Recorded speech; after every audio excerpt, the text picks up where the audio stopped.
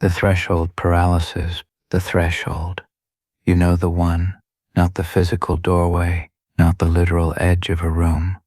The threshold that exists in the space between wanting and doing, between knowing and acting, between who you are and who you think you're supposed to become. That threshold. You stand there, frozen, and the world tells you this is a problem to solve.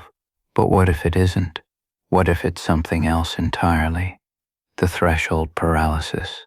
Let's sit with it. Let's not rush past it. Let's feel the weight of it.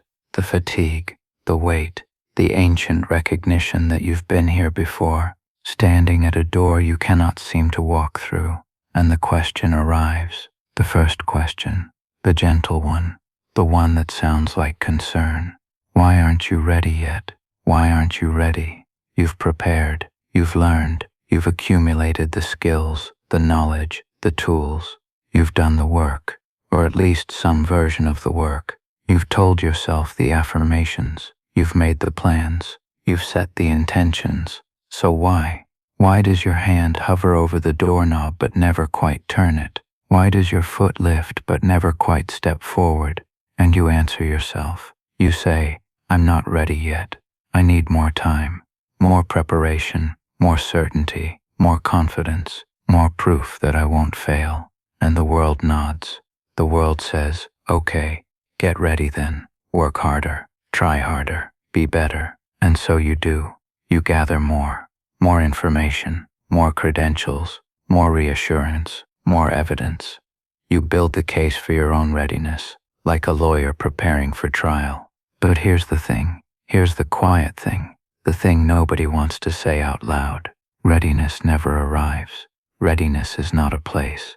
It's not a destination you reach after sufficient effort. It's not a certificate you're awarded after passing some cosmic test. Readiness is a story we tell ourselves about the future, a fiction, a beautiful, seductive, absolutely convincing fiction. And the paralysis is what happens when some part of you knows this, knows that the story is a story, knows that the destination doesn't exist, knows that you're waiting for permission that will never come because the authority you're waiting for is you, and you're here, at the threshold, frozen. Let's go deeper. Let's ask the toddler question. Why does readiness feel like a destination we can never reach? Because reaching it would mean we'd have to move, we'd have to act, we'd have to expose ourselves to the possibility of failure, rejection, humiliation, loss. We'd have to become visible, vulnerable, real. And visibility is terrifying. But why? Why is visibility terrifying? Because once you're visible, you can be judged. Once you act, you produce evidence of who you are, and that evidence can be rejected. The invisible self, the waiting self, the preparing self, that self is still pure potential. That self hasn't failed yet, because that self hasn't tried yet. That self is Schroessinger's success, both brilliant and mediocre, both worthy and worthless, both everything and nothing, all at once. And there's a horrible comfort in that, a dark, familiar comfort. But why? Why is there comfort in staying potential? Because potential is safe. Potential is the best version of yourself that exists only in imagination. The you that might write the novel, might start the business, might leave the relationship, might move to the new city, might finally become. That imagined self can't disappoint you, can't prove itself ordinary, can't fail, and so you protect it. You protect it by keeping it locked behind the threshold. You stand guard at your own door. But why? Why do we guard against our own becoming?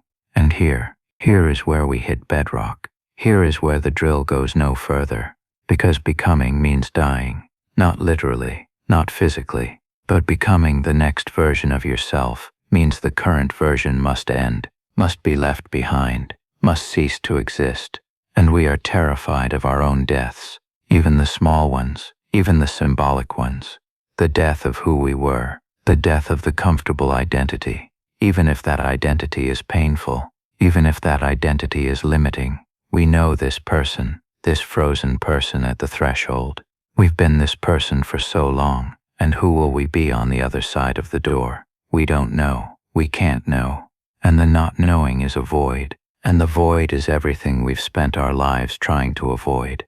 Heidegger understood this. He called it Dasein, being there, being in the world, but not just existing, not just occupying space, being toward, always projecting forward, always becoming, always facing the possibility of possibility. And with that, always facing the anxiety of possibility, the dread, the weight of having to choose, having to move, having to be. He said we are thrown into existence. Thrownness, Geworfenheit. You didn't choose to be here. You didn't choose the conditions of your birth, your body, your starting point. You were thrown into the world, and now you have to deal with it. You have to choose. You have to become. But we resist. God, how we resist. We invent 1,000 ways to avoid the choosing. We tell ourselves we're not ready. We tell ourselves we need more information, more signs, more certainty. We wait. We prepare. We stand at the threshold, and we call it prudence. We call it wisdom. We call it self-care. But it's fear. It's the fear of becoming, the fear of the death that becoming requires. And here's the permission. Here's the thing nobody tells you. It's okay. It's okay to be afraid. It's okay to stand at the threshold and tremble. It's okay to feel the paralysis and not fight it, not berate yourself for it, not add shame on top of fear. You're not broken. You're not defective. You're not uniquely flawed. You're human. You're standing at the edge of your own transformation, and every cell in your body is screaming danger, because transformation is dangerous. Becoming is dangerous. Death, even symbolic death, is dangerous. And your system, your beautiful ancient protective system, is doing exactly what it's designed to do. It's keeping you alive. It's keeping you safe. It's keeping you frozen, because frozen means unchanged, and unchanged means known, and known means survivable. Your paralysis is not a failure. It's a feature. It's protection. It's an old strategy that once kept your ancestors alive. The ones who hesitated at the mouth of the cave survived longer than the ones who rushed in. The ones who waited, who assessed, who stayed small and quiet, and still they lived to pass on their genes. And you carry those genes. You carry that caution. That threshold paralysis is ancient, ancestral, holy, even.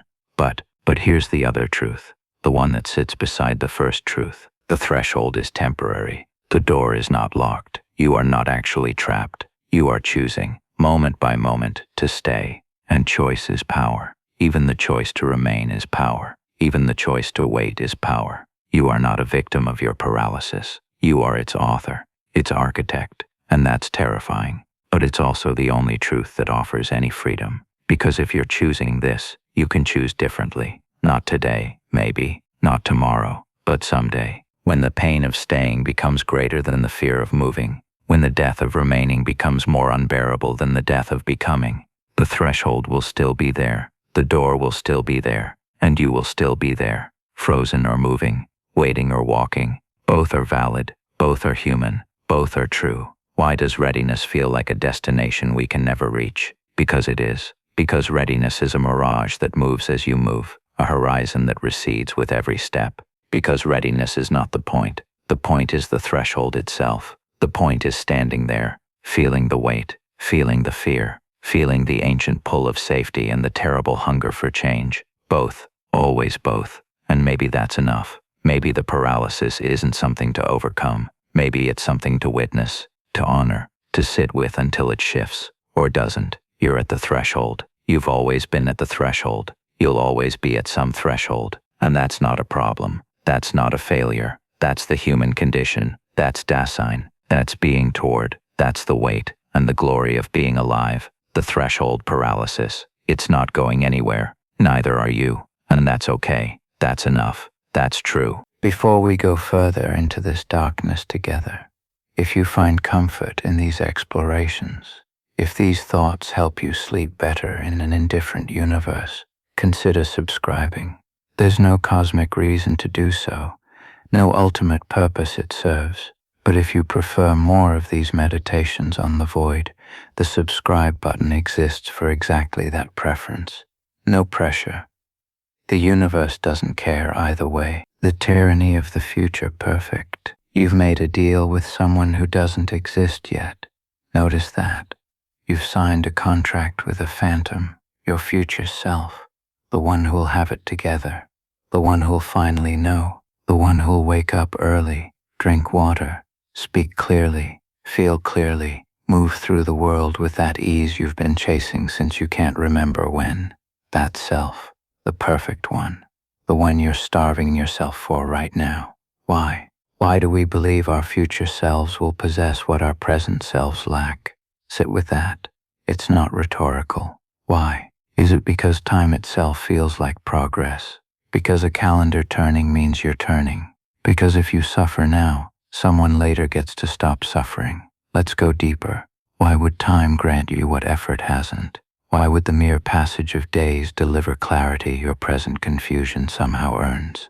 What is it about futurity that makes us believers? Is it because the future can't talk back yet, can't disappoint you, can't show up tired with the same anxiety, the same doubt, the same you-ness you're trying to escape? Yes, that.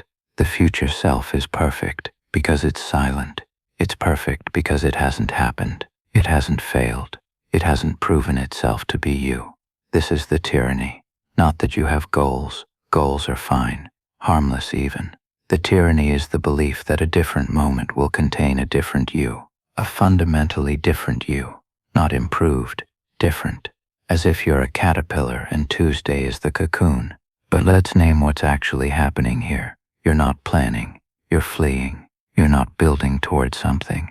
You're building away from now, from this, from the you that exists in duration, in Bergson's sense, in the lived continuous stream of being that doesn't give a damn about your calendar or your goals or your timers or your fresh starts. Clock time says you're separate from who you were yesterday and who you'll be tomorrow. Neat little boxes, discrete, manageable. But duration says you're everything, all at once. The child who didn't understand and the adult who still doesn't. The hopeful morning and the despairing 3 a.m., all of it, continuous, inseparable. And the future self you're betting on, that ghost, it's made of clock time. It exists only in that measured, divided, commodified illusion where change is a transaction and becoming is a checklist. But you don't live in clock time. No one does. You live in duration, in the thick, recursive, exhausting now that doesn't end when you flip the page on your planner. So why? Why the deal? Why the deferred life? Is it because the present is too heavy? Yes. Is it because if you admit that this is it, that you are who you are, that the work is continuous and there's no finish line, no moment when you arrive, that the weight would crush you? Yes, that. The future perfect tense is a refuge. I will have become safe, distant, hypothetical. Not I am becoming, which is present, which is now, which is terrifying because it demands you show up to your own life without the comfort of later. Let's go again. Why do we need later to be better? What's so unbearable about now? Is it that now contains your limits, your humanness, your recurring thoughts, your repeated mistakes, your same damn patterns? Is it that now won't let you pretend, now sees you, knows you, and you've spent so long believing that being seen as you are is the worst thing, so you offer up this future saint, this disciplined, healed, complete fantasy and say, that's who I really am. Just wait, just give me time. But what if time is the con? Not that it doesn't pass, it does. You age, cells divide, seasons turn. But what if the story that time will transform you, that it carries some alchemy that your effort and your presence don't? What if that's the lie you've swallowed to make the present bearable? What if you're waiting for someone who is you, who will always be you, just with different weather? Think about it, really, not the platitude version, the uncomfortable version. When has your future self ever not been you? When has tomorrow ever arrived and you weren't standing there? Same consciousness, same doubt, just different shoes. It hasn't, it doesn't. You keep meeting yourself, over and over, and every time you're surprised, every time you think, but I worked so hard, I waited, I planned, as if you were supposed to shed your skin and find a new creature underneath. But there's no new creature. There's depth, maybe, there's skill. There's scar tissue that looks like wisdom if you squint, but it's you, continuous, ongoing, in duration. Bergson called it la durée, the flow, the indivisible movement of consciousness that doesn't break into befores and afters except when we force it to, when we measure it, when we say by 30, or after this job, or once I fix this thing about myself. That measuring is clock time, useful for trains and meetings, brutal for being, because being doesn't happen in increments. It happens in an unbroken stream that you're in right now, that you've always been in, that you'll never leave. And the future self, the tyranny of it, it's the belief that if you just get to the next increment, the next measured moment, you'll step out of duration and into something clean, something finished. But here's what sits at the bottom of all this. You don't become anything. You won't become anything. The future self you're starving for is you, just you, with different weather. The feast you're waiting for tastes like every other meal, familiar, disappointing, yours. Let that be a relief. The weight of self-improvement, the endless optimization, the tyranny of the future perfect. You can put it down, not because you've failed, but because it was never real.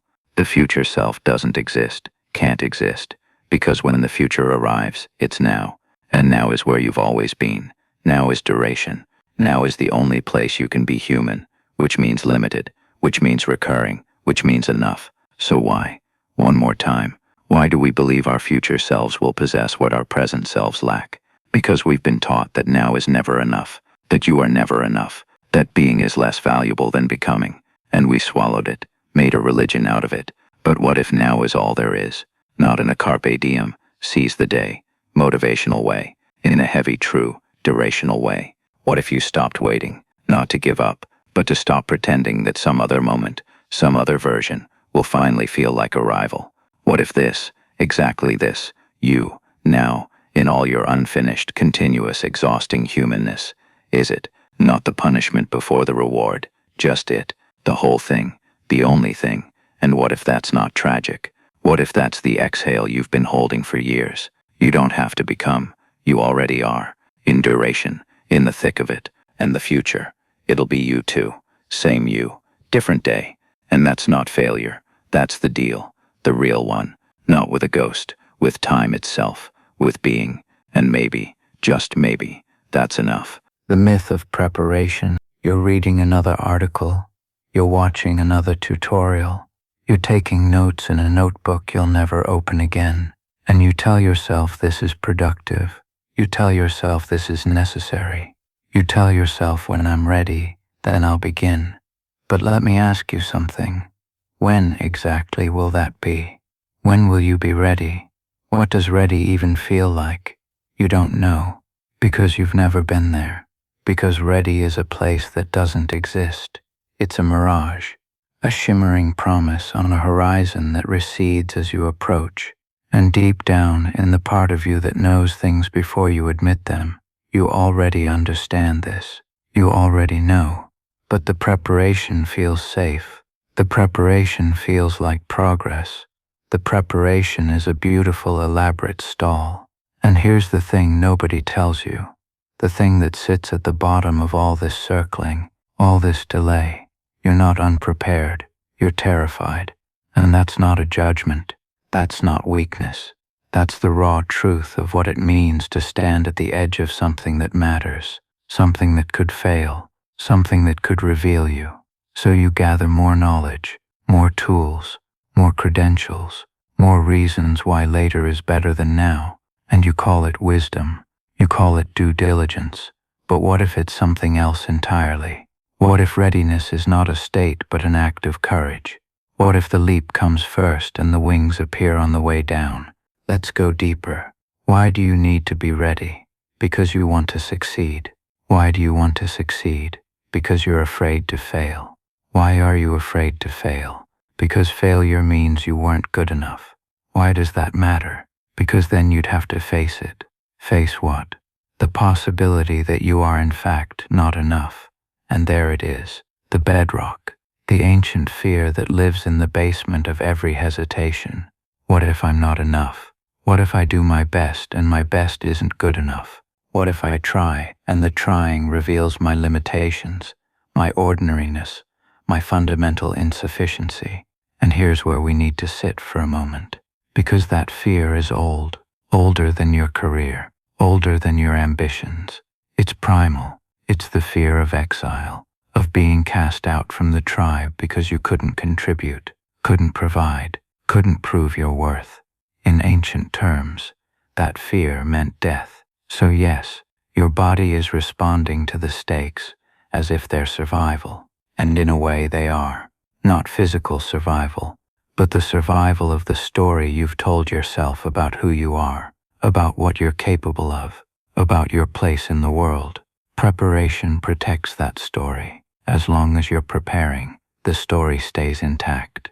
You're someone with potential, someone who could do great things, someone who's just waiting for the right moment, the right conditions, the right alignment of circumstances.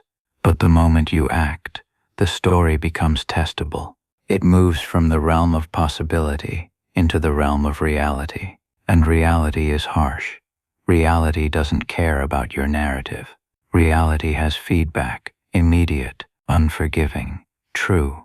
And maybe that's what you're actually avoiding. Not failure itself, but the truth of where you actually are, what you actually know, what you can actually do, right now, today, with what you have.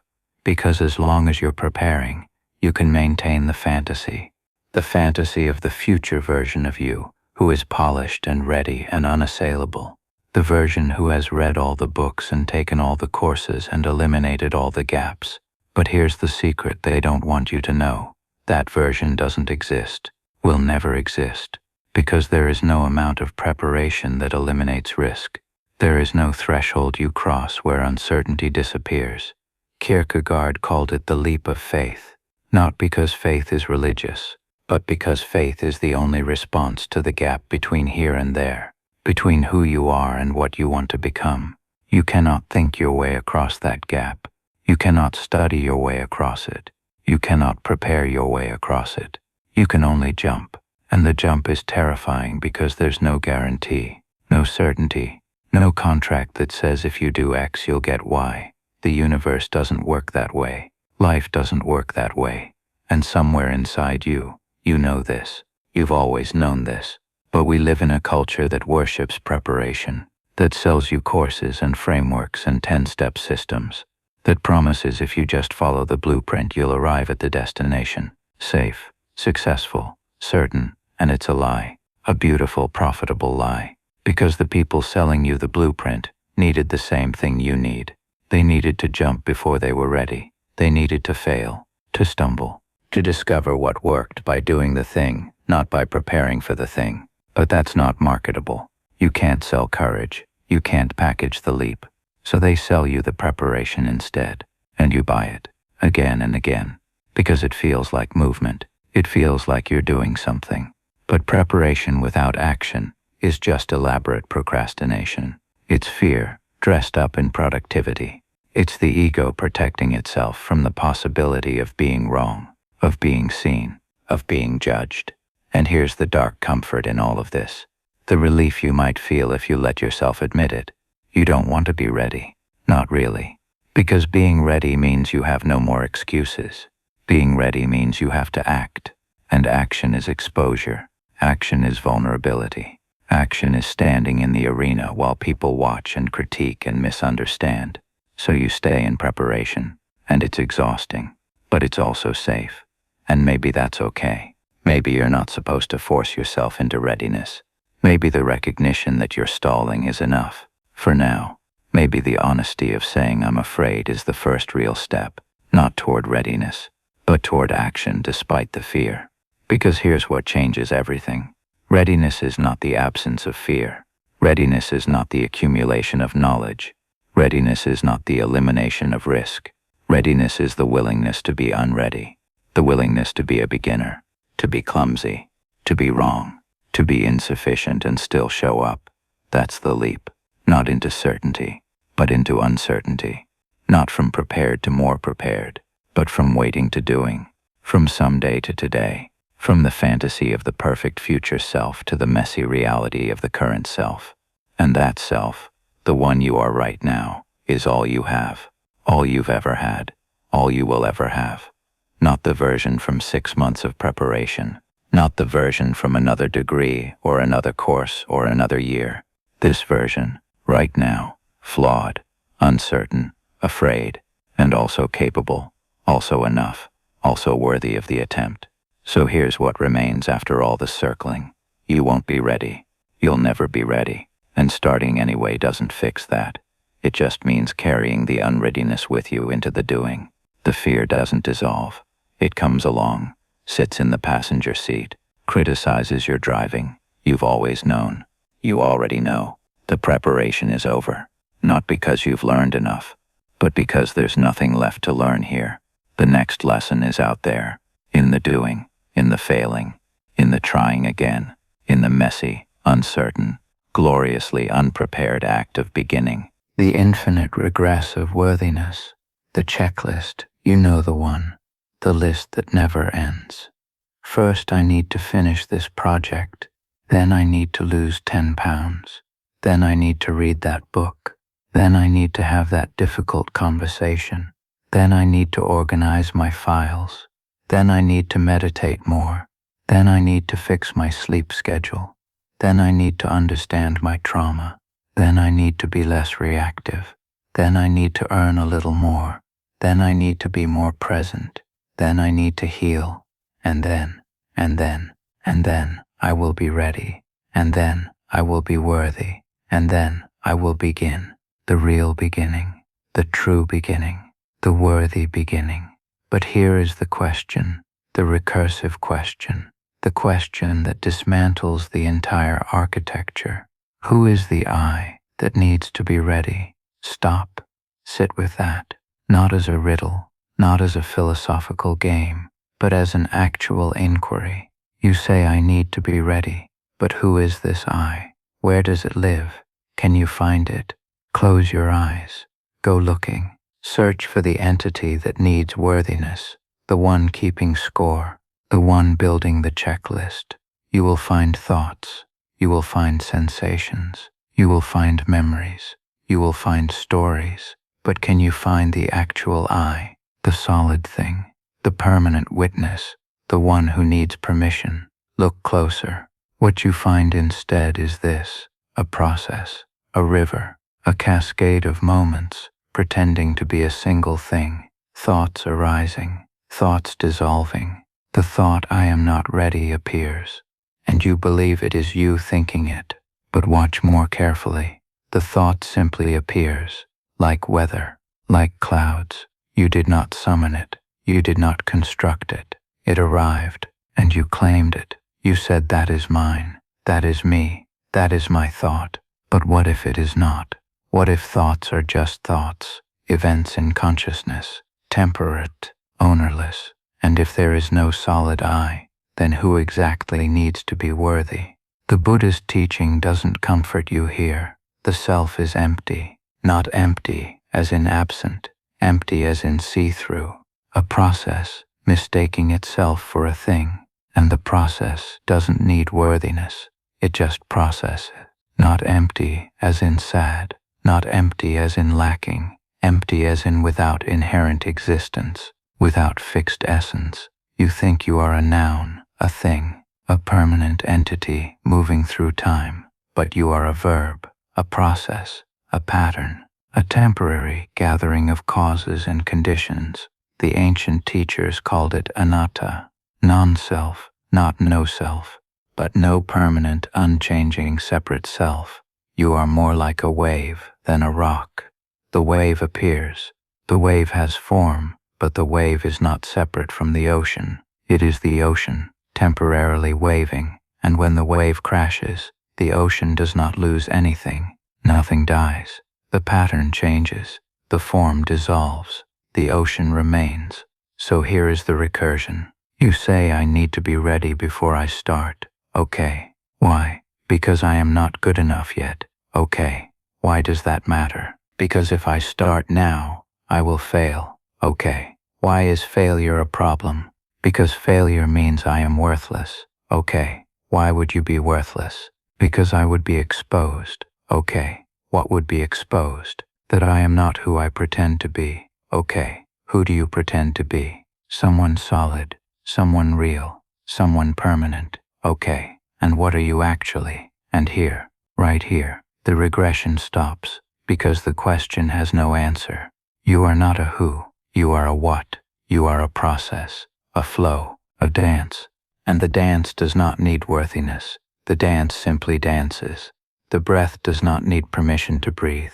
The heart does not need credentials to beat. The wound does not need a license to bleed. And you do not need to be ready to be. But the ego is terrified of this, because the ego is the illusion of the permanent I. The ego is the story, the narrative, the character you believe yourself to be. And the ego knows, deep down it knows, that it is not real, not in the way it pretends. So it builds defenses, it builds prerequisites, it builds the infinite checklist, because as long as you are preparing, you do not have to face the truth that there is no one to prepare, no one to protect, no solid self to perfect, just this moment, this breath, this sensory experience, this thought, this feeling, this hunger, this ache, this fleeting everything. And the ego hates this, because the ego exists only in time, in the story of past and future, in the narrative of I was this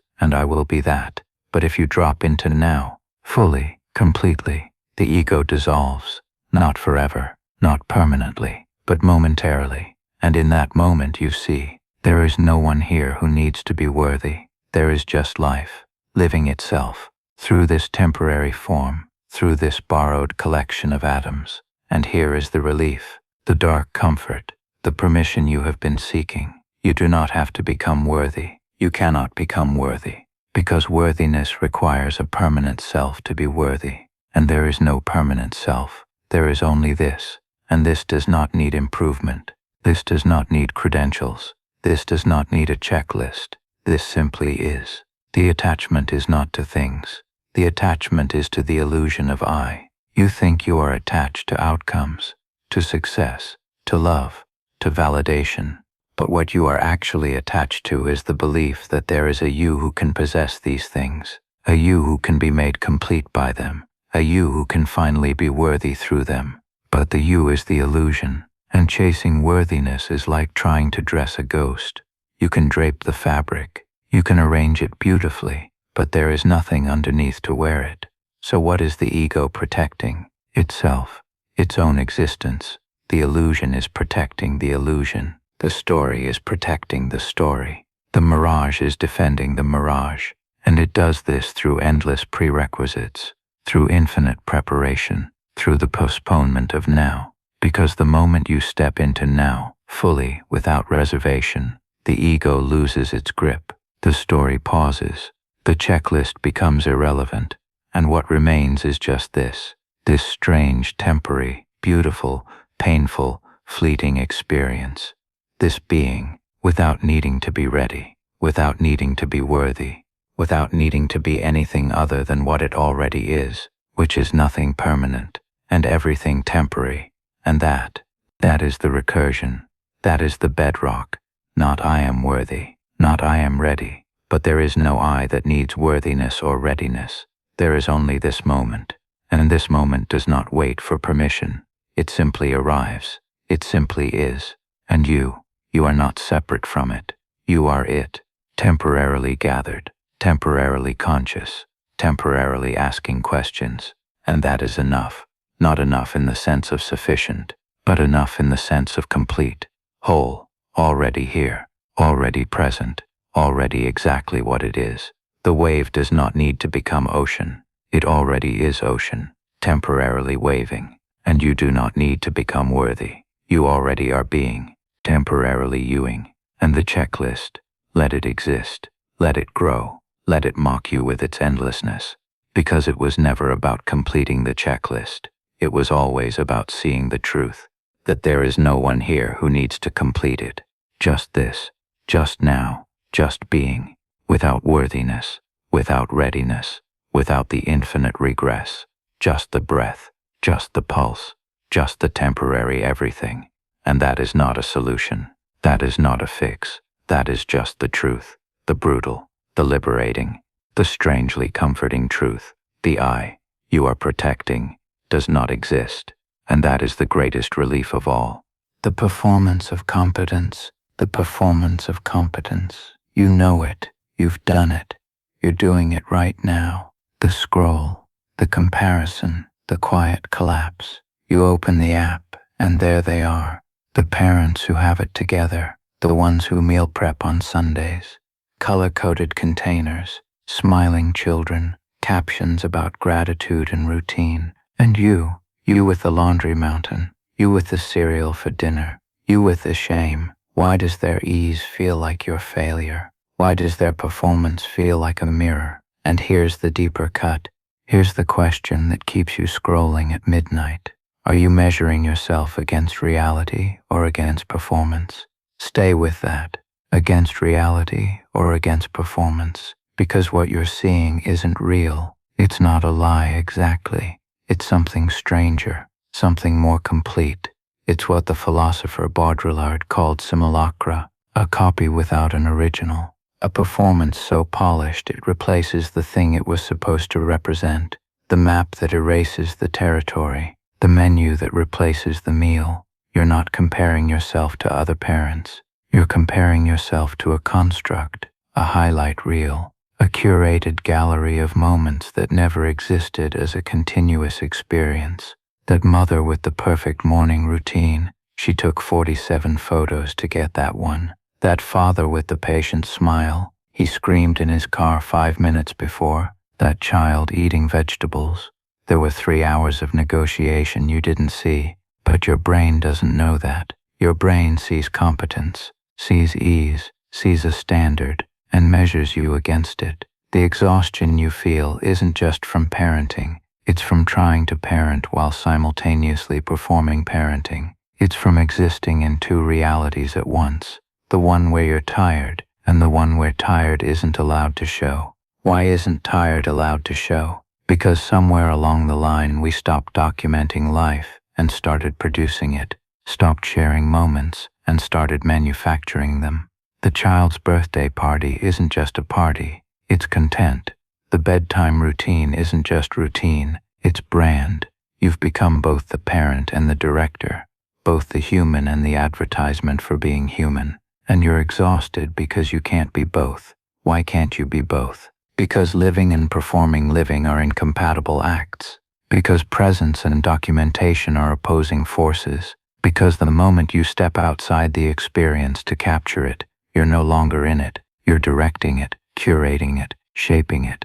For an audience that exists nowhere and everywhere. An audience that is also performing, also pretending, also collapsing under the weight of their own projected competence.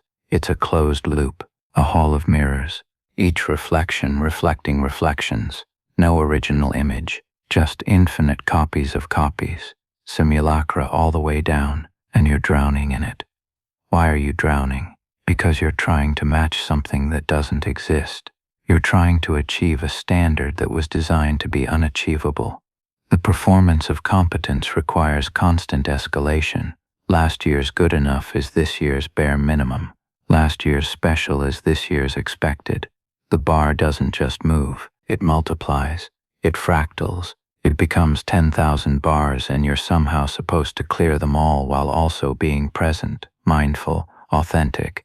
Authentic, that word, that knife. They tell you to be authentic while showing you performances. They tell you to be real while rewarding curation. They tell you to be yourself while punishing any self that looks like struggle. So what are you supposed to do? Perform authenticity, curate realness, post the messy kitchen, but make sure it's aesthetically messy. Share the hard moment, but frame it with growth. Confess the struggle, but include the lesson. Never just the void, never just the weight, never just the truth. That sometimes you're failing, and there's no redemption arc, no silver lining, no hashtag blessed, just failing, just tired, just human. But human doesn't perform well. Human doesn't get engagement. Human doesn't fit the algorithm. So you edit, you filter, you caption, you perform, and the performance becomes you, or you become the performance. The line dissolves. This is what Baudrillard warned about. The simulation doesn't just hide reality, it replaces it, becomes more real than real, hyper-real. You start to believe your own performance. Start to think maybe everyone else really does have it together. Start to forget that they're performing too. That behind every competent caption is a human drowning in the same sea of impossible standards. You're all drowning together but separately. All performing competence while experiencing collapse. Why does this feel so isolating?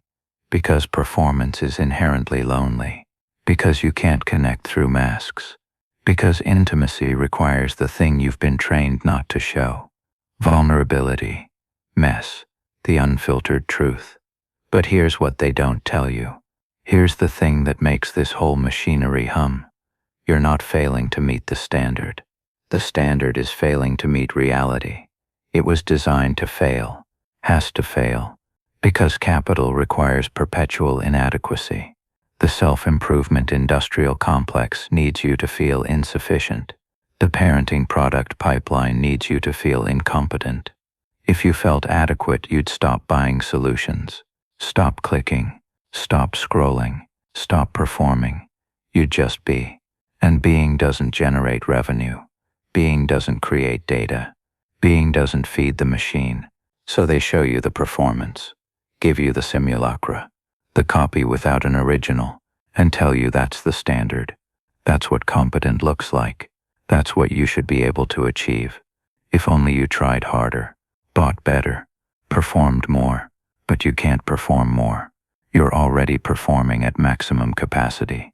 You're already fractured between living and documenting, already split between being and broadcasting, already exhausted from maintaining the gap between who you are and who you appear to be. Are you measuring yourself against reality or against performance? The answer matters less than the asking, because once you see the performance as performance, something shifts, not fixes. Not heals, shifts. The weight doesn't lift, but you understand its origin. The shame doesn't vanish, but you see its construction.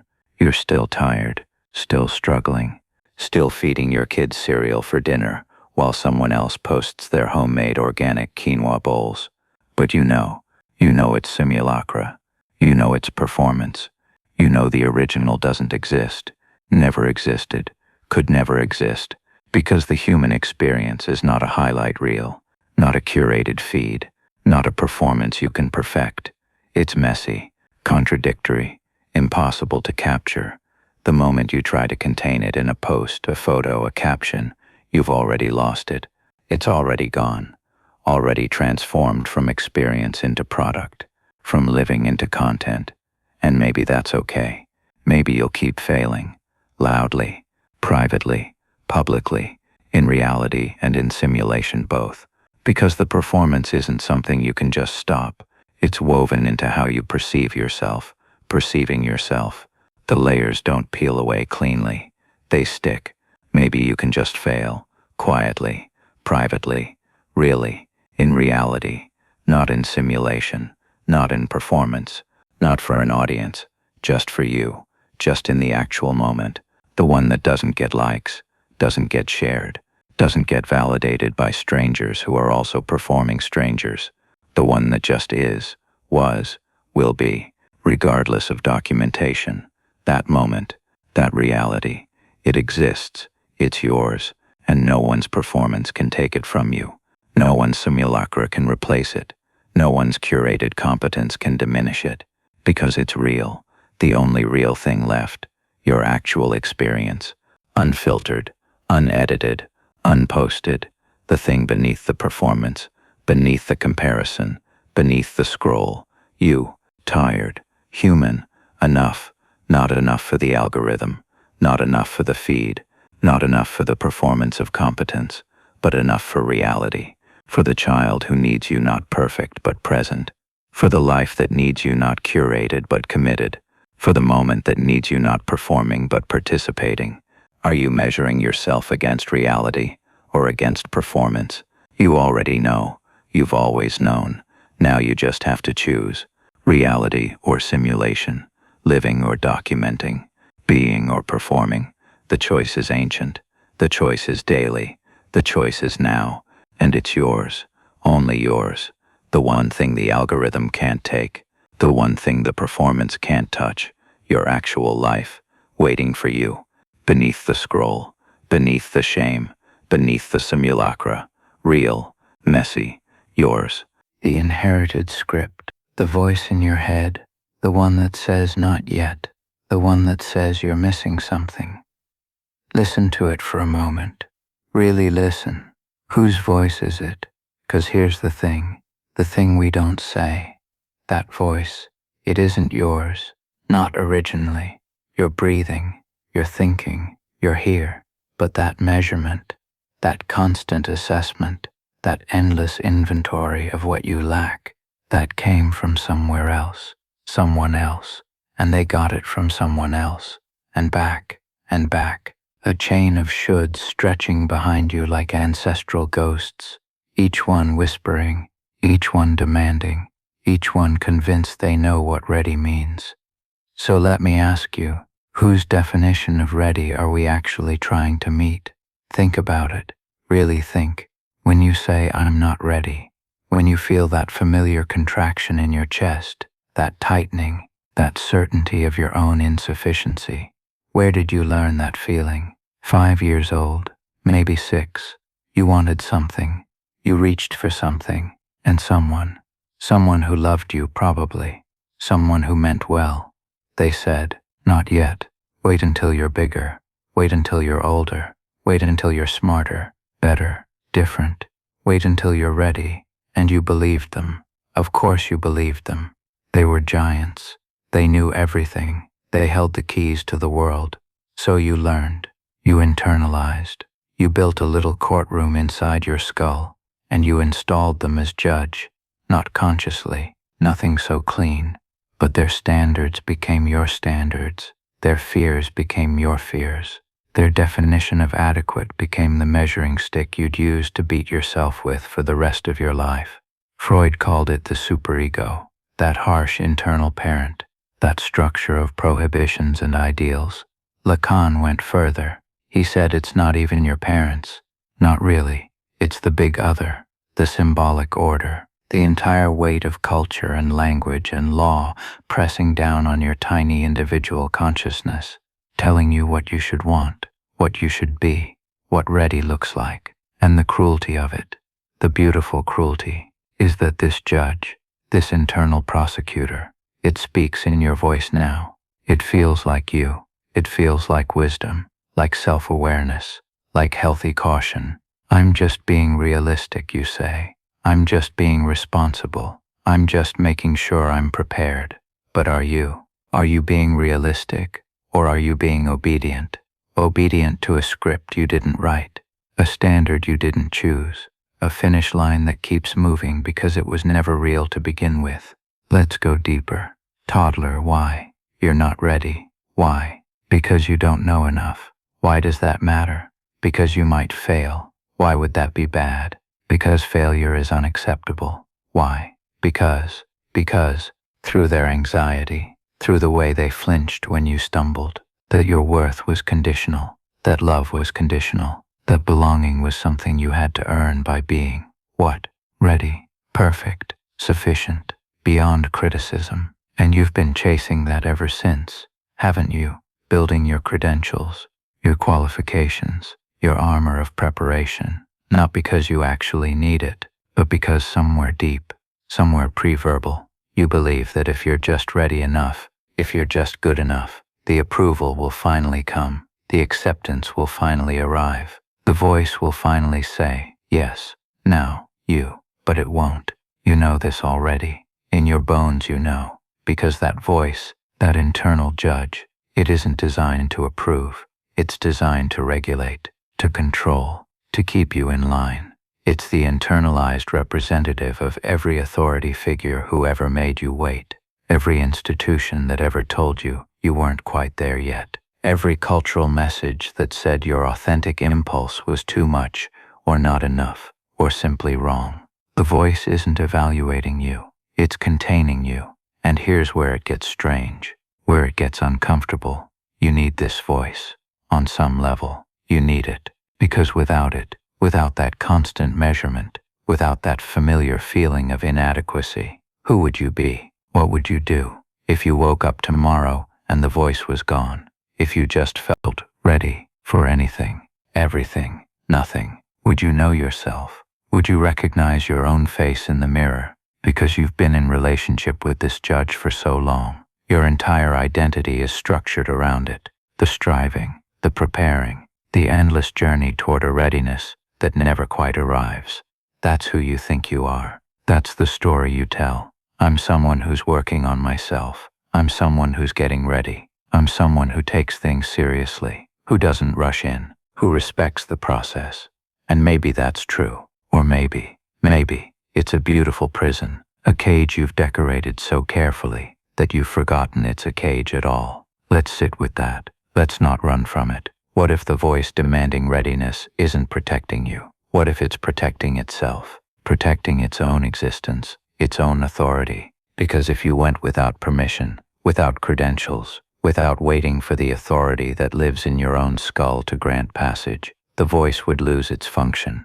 It would discover it never had power, just volume. And volume isn't the same thing. And it knows this. Oh, it knows. So it keeps moving the goalposts. You finish one degree, you need another. You master one skill, there's another essential one you're missing. You heal one wound, it finds another, deeper, more fundamental, more proof that you're not quite there yet, and the exhaustion of it. Can we talk about the exhaustion, the bone-deep weariness of never being enough for a judge who lives in your own head, who knows all your secrets, all your failures, all your fears, who never sleeps, never takes a day off, never grants clemency? You can't escape it. You can't negotiate with it. You can only keep trying, keep preparing, keep hoping that maybe this time, this course, this book, this breakthrough, this will be the thing that finally satisfies the voice, finally earns you the right to be here, to do the thing, to claim the space, to call yourself ready. But you already know how this ends, don't you? Because you've been here before. You've achieved the thing. You've earned the credential. You've done the work. And the voice, it just recalibrates, finds a new standard, a new insufficiency, a new reason why not yet, not now, not you. So whose definition of ready are we actually trying to meet? Not yours. You don't have one. You can't have one, because you're the defendant in this courtroom. You're the one being measured. The standard itself, the definition itself, it comes from outside, from before, from the big other, from the symbolic order that was here long before you were born and will be here long after you're gone. And it doesn't care about you, not really. It cares about order, about compliance, about making sure that desire, that wild, unregulated, authentic, anarchic, individual desire, stays contained, stays controlled, stays waiting, forever waiting, for permission that will never come, because the game is rigged. The test is impossible. The standard is designed not to be met. That's the point. That's the function. To keep you striving, keep you productive, keep you obedient, keep you from the one thing that terrifies the superego more than anything else. Your freedom, your sovereign, unearned, unpermissioned freedom to be unready and go anyway, to be insufficient and claim it anyway, to be exactly as you are right now, in this moment, imperfect, incomplete, uncertain, and to say, this is ready, because I say so, because I'm the one doing the thing, because readiness isn't a state of being, it's a permission slip, and the only signature that matters, the only authority that counts, is yours, not the voice you inherited, not the judge you installed, not the ghost of everyone who ever made you wait, or doubt, or shrink, yours. But we're not there yet. We're not at permission. We're here, in the exposure, in the recognition, seeing the script for what it is, inherited, internalized, ancient, not yours, and just seeing it, just naming it, just asking whose voice is this really? That's the crack. That's the light getting in, not to fix it, not yet, maybe not ever, but to know, to see, that the voice that says you're not ready, it's telling the truth about itself, not about you. It's saying I need you to stay small, I need you to keep waiting, because that's how I survive, that's how I matter, and you can hear it, you can know it, you can sit with the discomfort of realizing that the voice you've been obeying, the voice you've been trying to satisfy, it isn't trying to help you, It's trying to help itself by keeping you exactly where you are. The cartography of enough, the line, the boundary, the edge where your hand ends and the world begins. Epictetus drew this line 2,000 years ago. He drew it in dirt. He drew it in chains. He drew it as a slave who understood something most free people never learn, that the only territory you ever truly govern is the 3-pound universe inside your skull. Everything else, every single thing beyond the fortress of your intention, that belongs to the world, and the world does not ask your permission. The world does not care about your plans. So let us draw the map. Let us trace the cartography of enough. Let us see what you actually control and what you have been exhausting yourself trying to command. Your thoughts. Yes, the direction you aim your attention. Yes, your judgments about what happens. Yes, your effort, your integrity, your response. Yes, yes, yes. These are your territories. Small countries, fierce countries. The weather, no. Other people's opinions, no. The past, absolutely not. The future, never was, never will be. Your body's eventual failure, no. The economy, no. The traffic, the diagnosis, the election, the earthquake, no, no, no. But here is where it gets strange, where the map reveals its mercy. You have been trying to control the uncontrollable. Of course you have. You have been white-knuckling the steering wheel of a car with no engine, pushing buttons in an elevator that was never connected to anything. Exhausting, isn't it?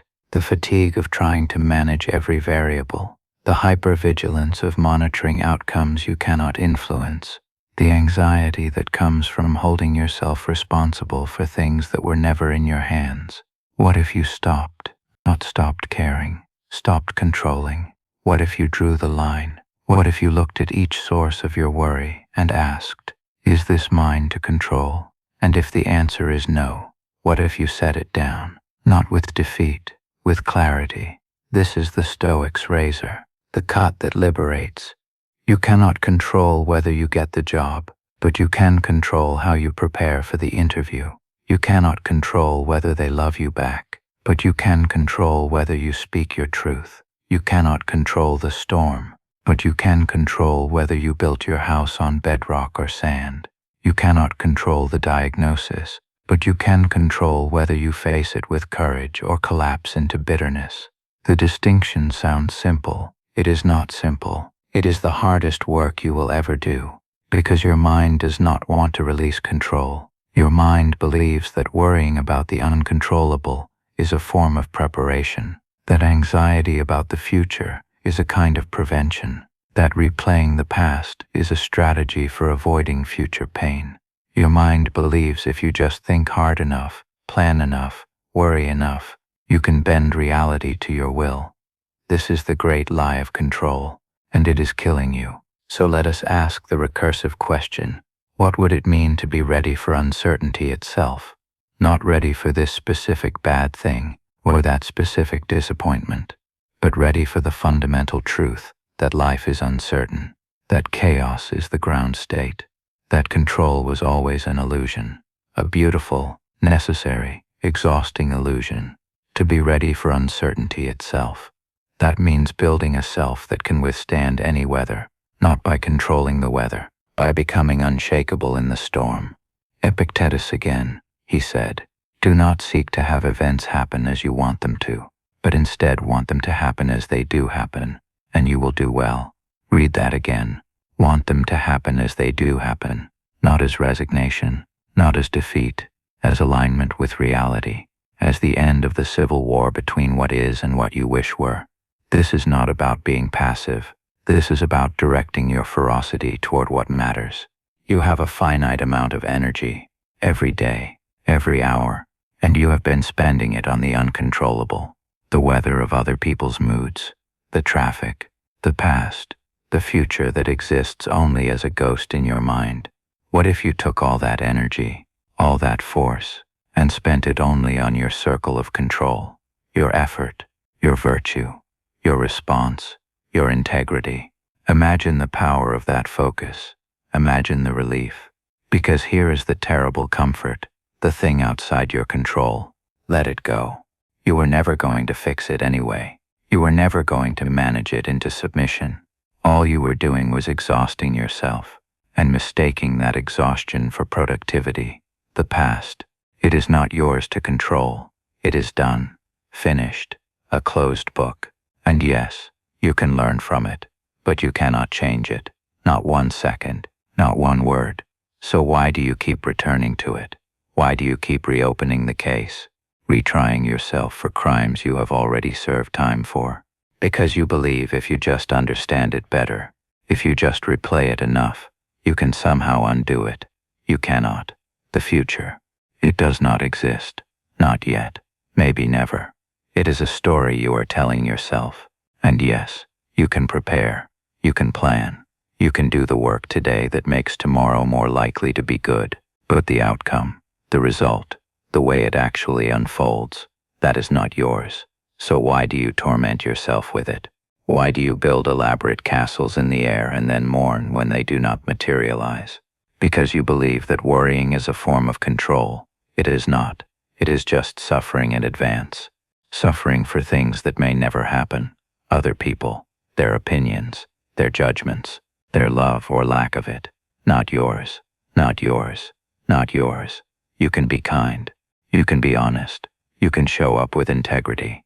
But you cannot control whether they choose to see you clearly, whether they choose to meet you where you are, whether they choose you at all. And this is the cut, the clean amputation. You are responsible for your character, not for their perception of it. You are responsible for your effort, not for the outcome. You are responsible for showing up, not for whether the world applauds. This is the map. This is the cartography of enough. Inside the circle, your will, your effort, your response, your virtue. This is your kingdom. Small, fierce, unconquerable. Outside the circle, everything else. The weather, the world, the chaos, the uncontrollable vast. And here is the permission you have been waiting for. You can stop trying to control it. You can stop feeling responsible for it. You can stop exhausting yourself pretending you have power you do not have. This is not giving up. This is waking up to reality, to the actual territory of your life. And in that waking, there is a strange and brutal relief, because the circle of control is small, but it is enough. It is all you ever had, and it is all you ever needed. What would it mean to be ready for uncertainty itself? It would mean this: knowing what is yours and what is not, pouring your energy into the controllable, and releasing your grip on everything else, not because you do not care, but because you understand that the only way to be ready for anything is to stop trying to control everything, and to build a self that can stand, no matter what the world does. This is the Stoics' map. This is the cartography of enough, and it has been waiting for you all along. The paradox of mastery, the striving, the endless preparation. You have been gathering tools, sharpening blades, filling yourself with knowledge, with technique, with strategies you believe will make you ready. And yet, the readiness never comes. Why? Because you have been building a fortress, and fortresses are heavy. The more you accumulate, the more you carry. The slower you move, the less ready you become. This is the paradox you have been living inside. The paradox of mastery. The belief that readiness comes from addition, from more, from fullness. But what if that belief is the very thing preventing you from being ready? What if readiness is not something you build, but something you uncover, by removing, by emptying, by letting go? This is the ancient wisdom, the teaching that makes no sense to the mind that hungers for control. Wu Wei, non-action, effortless action, the water that flows around the stone, not because it is trained to flow, but because flowing is its nature. When you remove what blocks it, you think you are not that water. You think you are the stone, heavy, solid, requiring force to move. But what if you have always been the water, and the stone is only what you have accumulated? The techniques, the personas, the rigid strategies, the should be ready, the must be ready, the trying, all of it, stone. Why do you feel so tired? Not because you have not done enough, but because you have been trying to force water to behave like stone, and stone to flow like water. This is exhausting. This is the fatigue that lives in your bones, the fatigue of fighting your own nature, of trying to become ready, by doing violence to what is already ready within you. Let us ask the question that frightens you. Why are you trying so hard? Because you believe that without effort, nothing happens. That readiness requires force, discipline, control, the grinding. But why do you believe this? Because you have been taught that value comes from struggle, that ease is laziness, that if it does not hurt, it does not count. And where did this teaching come from? From a world that profits from your exhaustion, from systems that require your constant striving, your perpetual unreadiness. Because if you ever felt ready, truly ready, you might stop consuming, stop performing, stop trying to earn your worth, and that would be dangerous to them, not to you. So let us go deeper. What if the trying is the problem, not the solution? What if every time you force yourself to prepare, to be ready, you are actually creating more resistance, more tension, more blocks, like clenching your fist around water? The tighter you squeeze, the more it escapes. You know this. You have felt this. The times you tried hardest were often the times you failed most spectacularly, and the times things flowed. When you surprised yourself, when readiness appeared without announcement, those were the times you were not trying. You were empty, open, available. This is not laziness. This is not giving up. This is something your culture has no word for, because your culture worships the full, the busy, the accumulated, the dense. But the ancient teachers, they knew, the Tao, the way. It is empty, like a bowl. The bowl is useful, not because of what it is, but because of what it is not. The space, the void, the emptiness that allows it to hold, to receive, to be filled. You have been trying to be the clay, thick, substantial, provable, but your usefulness, your readiness, it lives in the space, in what you are willing to not be, not do, not carry.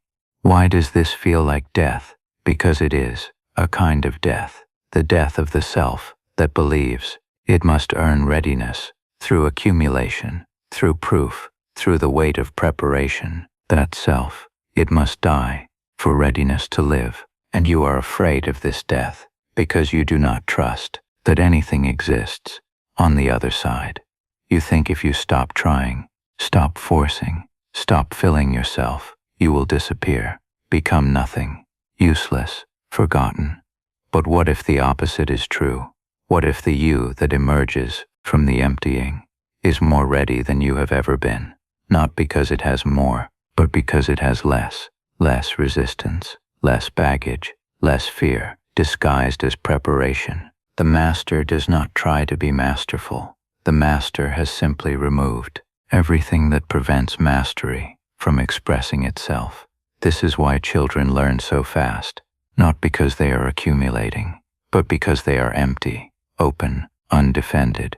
They do not try to be ready. They simply are, available, present, uncluttered by the weight of all the ways they should be. And then the training begins, the filling, the should be, the must be, the accumulation of stone, until the water forgets. It was ever water, until you forget. That readiness is your nature, not your achievement. So what are you carrying, right now, in this moment? What techniques, what strategies, what identities, what proofs of your worthiness are you dragging behind you, like chains you have mistaken for armor? Name them, not to judge them, but to see them. The belief that you must know everything before you begin. That is stone. The need to have the perfect system, the flawless plan. Stone. The voice that says, you are not ready until you have suffered enough, proven enough, bled enough. Stone, stone, stone. And beneath the stone, water, the part of you that already knows what to do when the moment comes. The part that does not need a manual, a map, a guarantee. The part that simply responds, adapts, flows. You have felt this part in moments of crisis, when thought was too slow and something else took over. Something that did not try, did not prepare, just acted with a clarity that shocked you. That was not luck, that was not adrenaline, that was readiness. The readiness that lives in the emptiness, in the space you create. When you stop filling yourself with the weight of trying. This is the paradox. The more you try to be ready, the less ready you become. The more you empty yourself of the trying, the more ready you already are. So the stopping doesn't stop anything. You'll still try, still accumulate, still mistake, wait for substance. But maybe you'll see it happening. See the stone you're picking up, even as you pick it up. The seeing doesn't stop the reaching. It just makes the reaching honest. Not today, maybe, not tomorrow, but someday, when the pain of staying becomes greater than the fear of moving, when the death of remaining becomes more unbearable than the death of becoming. The threshold will still be there, the door will still be there, and you will still be there, frozen or moving, waiting or walking. Both are valid, both are human, both are true. Why does readiness feel like a destination we can never reach? Because it is. Because readiness is a mirage that moves as you move, a horizon that recedes with every step. Because readiness is not the point. The point is the threshold itself. The point is standing there, feeling the weight, feeling the fear, feeling the ancient pull of safety, and the terrible hunger for change. Both, always both, and maybe that's enough. Maybe the paralysis isn't something to overcome. Maybe it's something to witness, to honor, to sit with until it shifts, or doesn't. You're at the threshold. You've always been at the threshold. You'll always be at some threshold, and that's not a problem. That's not a failure. That's the human condition. That's dicing. That's being toward. That's the weight and the glory of being alive. The threshold paralysis. It's not going anywhere. Neither are you, and that's okay. That's enough. That's true. The practice of beginning, not the theory, not the philosophy. The practice, the actual moment when you move from stillness into action, carrying all your unreadiness with you like baggage you cannot check. William James understood something most philosophers miss. He understood that we do not think ourselves into new ways of acting. We act ourselves into new ways of thinking. The body teaches the mind. The doing creates the readiness, not the other way around, never the other way around. So here is the uncomfortable question, the one that dissolves the waiting. What if we become ready only by starting unready? What if readiness is not the admission ticket but the souvenir we collect along the way? Stay with that, because if it is true, if readiness emerges from action rather than preceding it, then everything you have been waiting for is a mirage. Every condition you have set, every threshold you have drawn in the sand, all of it vapor. And you already know this, do you not? You have felt it, the times you started before you were ready and discovered readiness 3 steps in. The readiness was not hiding. It was not waiting for you to find it. It was created by your motion, forged in the friction between intention and reality. So why do we wait? Why do we stand at the edge, testing the temperature, delaying the inevitable? Because starting unready feels like failure.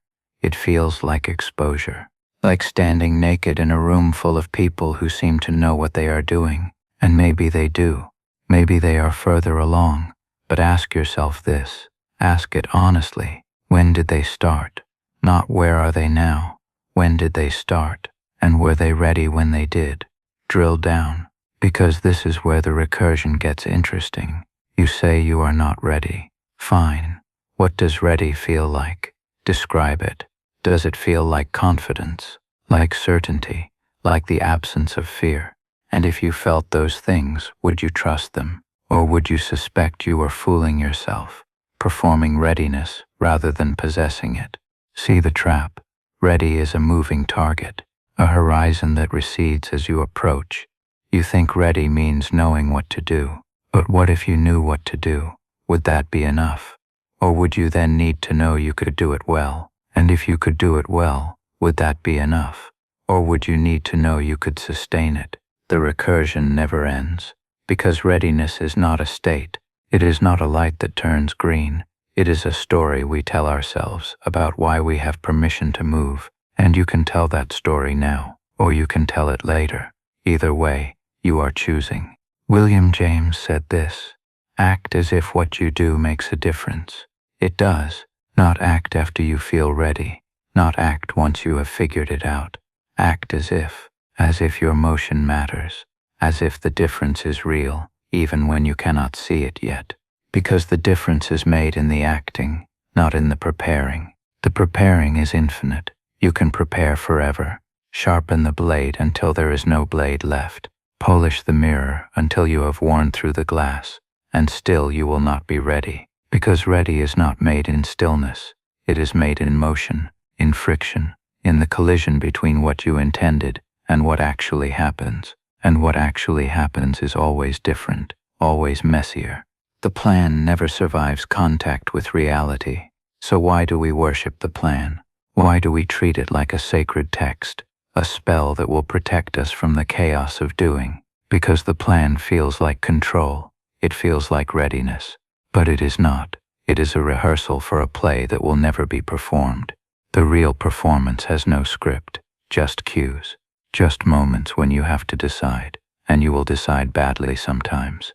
You will start something and immediately realize you started wrong. The angle is off. The timing is broken. You are 3 steps in and already lost. Good. That is the practice, not the mistake.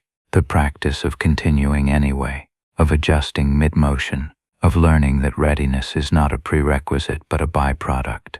You become ready by doing the thing you are not ready for, and doing it badly at first, and then doing it slightly less badly, and then one day, without noticing the shift, doing it well enough, not perfectly, well enough, because perfect is another horizon, another trap, another reason to wait. And you are done waiting, are you not? You are tired of standing at the edge, building elaborate rationales for why today is not the day. The fatigue is real. The weight of all that waiting, it accumulates, becomes its own burden, heavier than the thing you are avoiding. So here is the permission you did not ask for but maybe need. You do not have to be ready. You do not have to have it figured out. You do not have to know where this leads or how it ends. You just have to start. Unready, uncertain, carrying all of that with you. Because the carrying is part of the practice.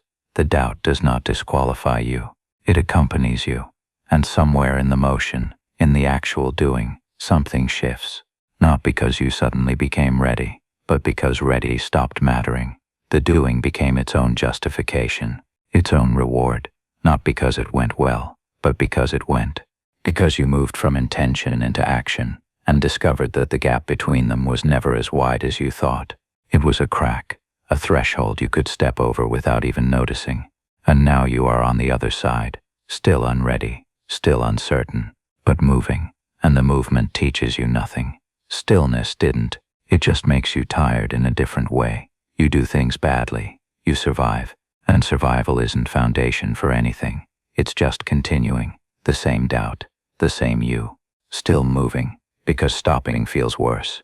It teaches you that you can do things badly and survive. That survival is not the floor but the foundation. That every expert was once unready and started anyway. Not because they were braver. Not because they had some secret knowledge. But because they understood, consciously or not, that readiness is not discovered. It is built. One unready step at a time. One awkward beginning. One failure that did not kill you. One adjustment. One small improvement. And then another. And another. Until one day someone looks at you and says, "You make it look easy." And you want to laugh. Because it is not easy. It is just familiar. The difficulty has not disappeared. You have just become familiar with it. Friendly with it. You know its contours now. Its rhythms. You know when to push and when to pause. Not because you learned it in theory, but because you lived it, in practice, in the actual doing. So the question is not, Are you ready? The question is, will you start? Will you begin before you are ready, knowing that the beginning is where readiness is born? Or will you wait for a signal that will never come, a green light that does not exist? Because the truth, the hard bedrock truth, is this: the conditions will never be perfect. The timing will never be ideal. You will never feel as prepared as you want to feel. And that is not a problem. That is not a sign you should wait. That is the sign you are human. That is the sign you are about to do something real, something that matters, something that will change you in ways you cannot predict. And change is uncomfortable. Change is awkward. Change is starting unready and trusting that readiness will find you mid-stride.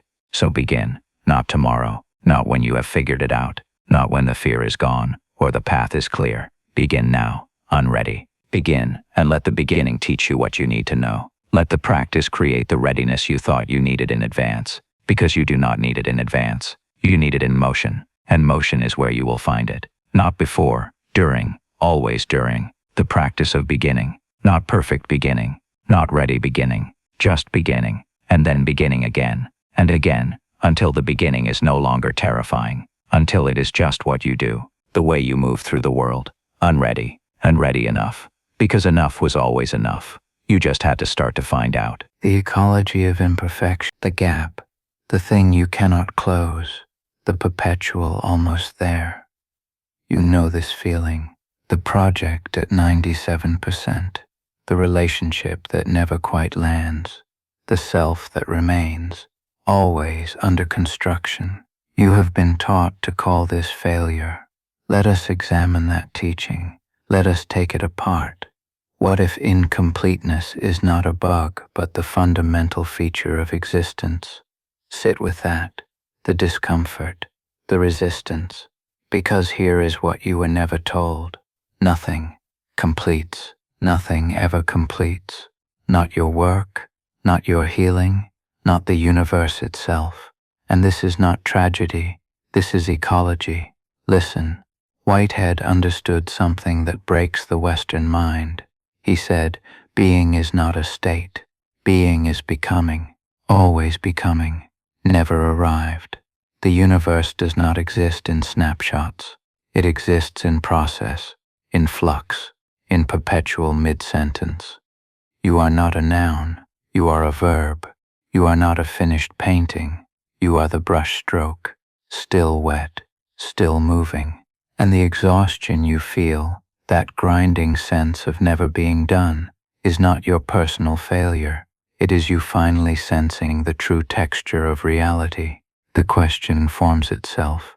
Why does incompleteness feel like failure? Drill down. Because you were promised completion. By whom? By the culture of productivity. By the rhetoric of self-improvement. By every hero's journey that ends with the kingdom restored, the dragon slain, the lesson learned. But those are stories, fictions, necessary lies we tell to make the chaos bearable. And you live in the chaos. Why were you promised completion? Because completed things can be sold, packaged, consumed. A completed self is a controllable self, a self that stops asking questions, stops evolving, stops threatening the systems that feed on predictability. Why does the system need predictability? Because change is expensive, because becoming costs more than being, because a population in flux cannot be easily governed, marketed to, or contained. And so you were trained to see your perpetual incompleteness as pathology, as something to fix. But here is the bedrock. Incompleteness is not a wound. It is the condition of life. Only the dead are complete. Sit with that, the relief of it, the terrible, liberating relief. You do not have to finish. You were never supposed to finish. The exhaustion is not from failing to complete. The exhaustion is from believing you should. Let us talk about systems, ecosystems, because nature knows what we have forgotten. An ecosystem is never balanced. That word balance is a human fantasy. Ecosystems are in constant disequilibrium, constant flux. Species rise, species fall. Rivers change course, forests burn and regrow. And this is not dysfunction. This is function. The health of the system depends on its incompleteness, on its openness to change. You are an ecosystem. Your thoughts are species competing for resources. Your habits are rivers that must occasionally flood to renew the soil. Your beliefs are forests that must burn so new growth can occur, and you keep trying to balance yourself, to achieve homeostasis, to arrive. But arrival is death. Stasis is extinction. The system survives because it does not complete, because it remains open, vulnerable, permeable. This is the ecology of imperfection. Why does vulnerability feel dangerous? Because it is. True vulnerability means you can be changed by others, by experience, by the world pressing itself into your borders. And change means you cannot control the outcome, cannot predict who you will become. Why do you need to predict who you will become? Because the future feels safer when it is known, because the unknown is where predators hide, where rejection waits, where death might be lurking. But here is what you have forgotten. The unknown is also where life is, where growth is, where anything new can possibly happen. The known future is a closed loop, a tomb you build while still breathing, and you are so tired of building that tomb. Whitehead called them actual occasions. These moments of becoming. Each moment, he said, is a discrete event of experience, of the universe realizing itself anew. You are not a continuous self moving through time.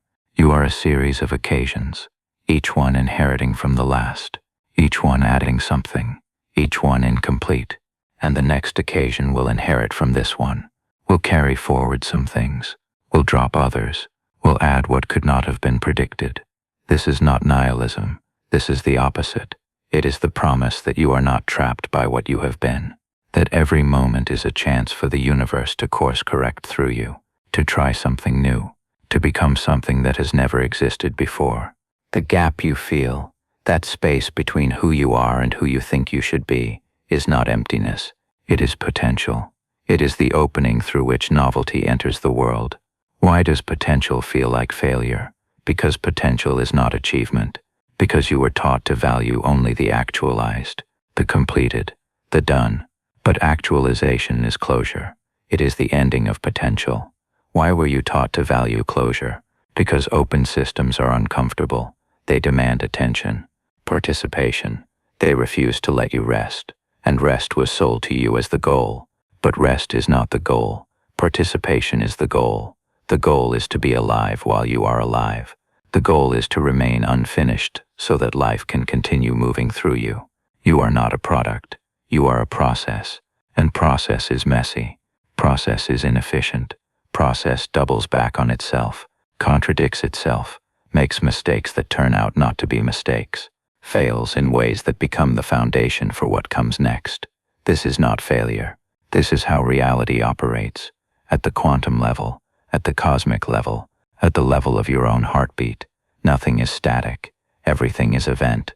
Everything is becoming. The fatigue, the weight. You are tired of becoming. You want to be, just be, finished, complete, arrived. And here is the permission you need. You are allowed to rest. But rest is not completion.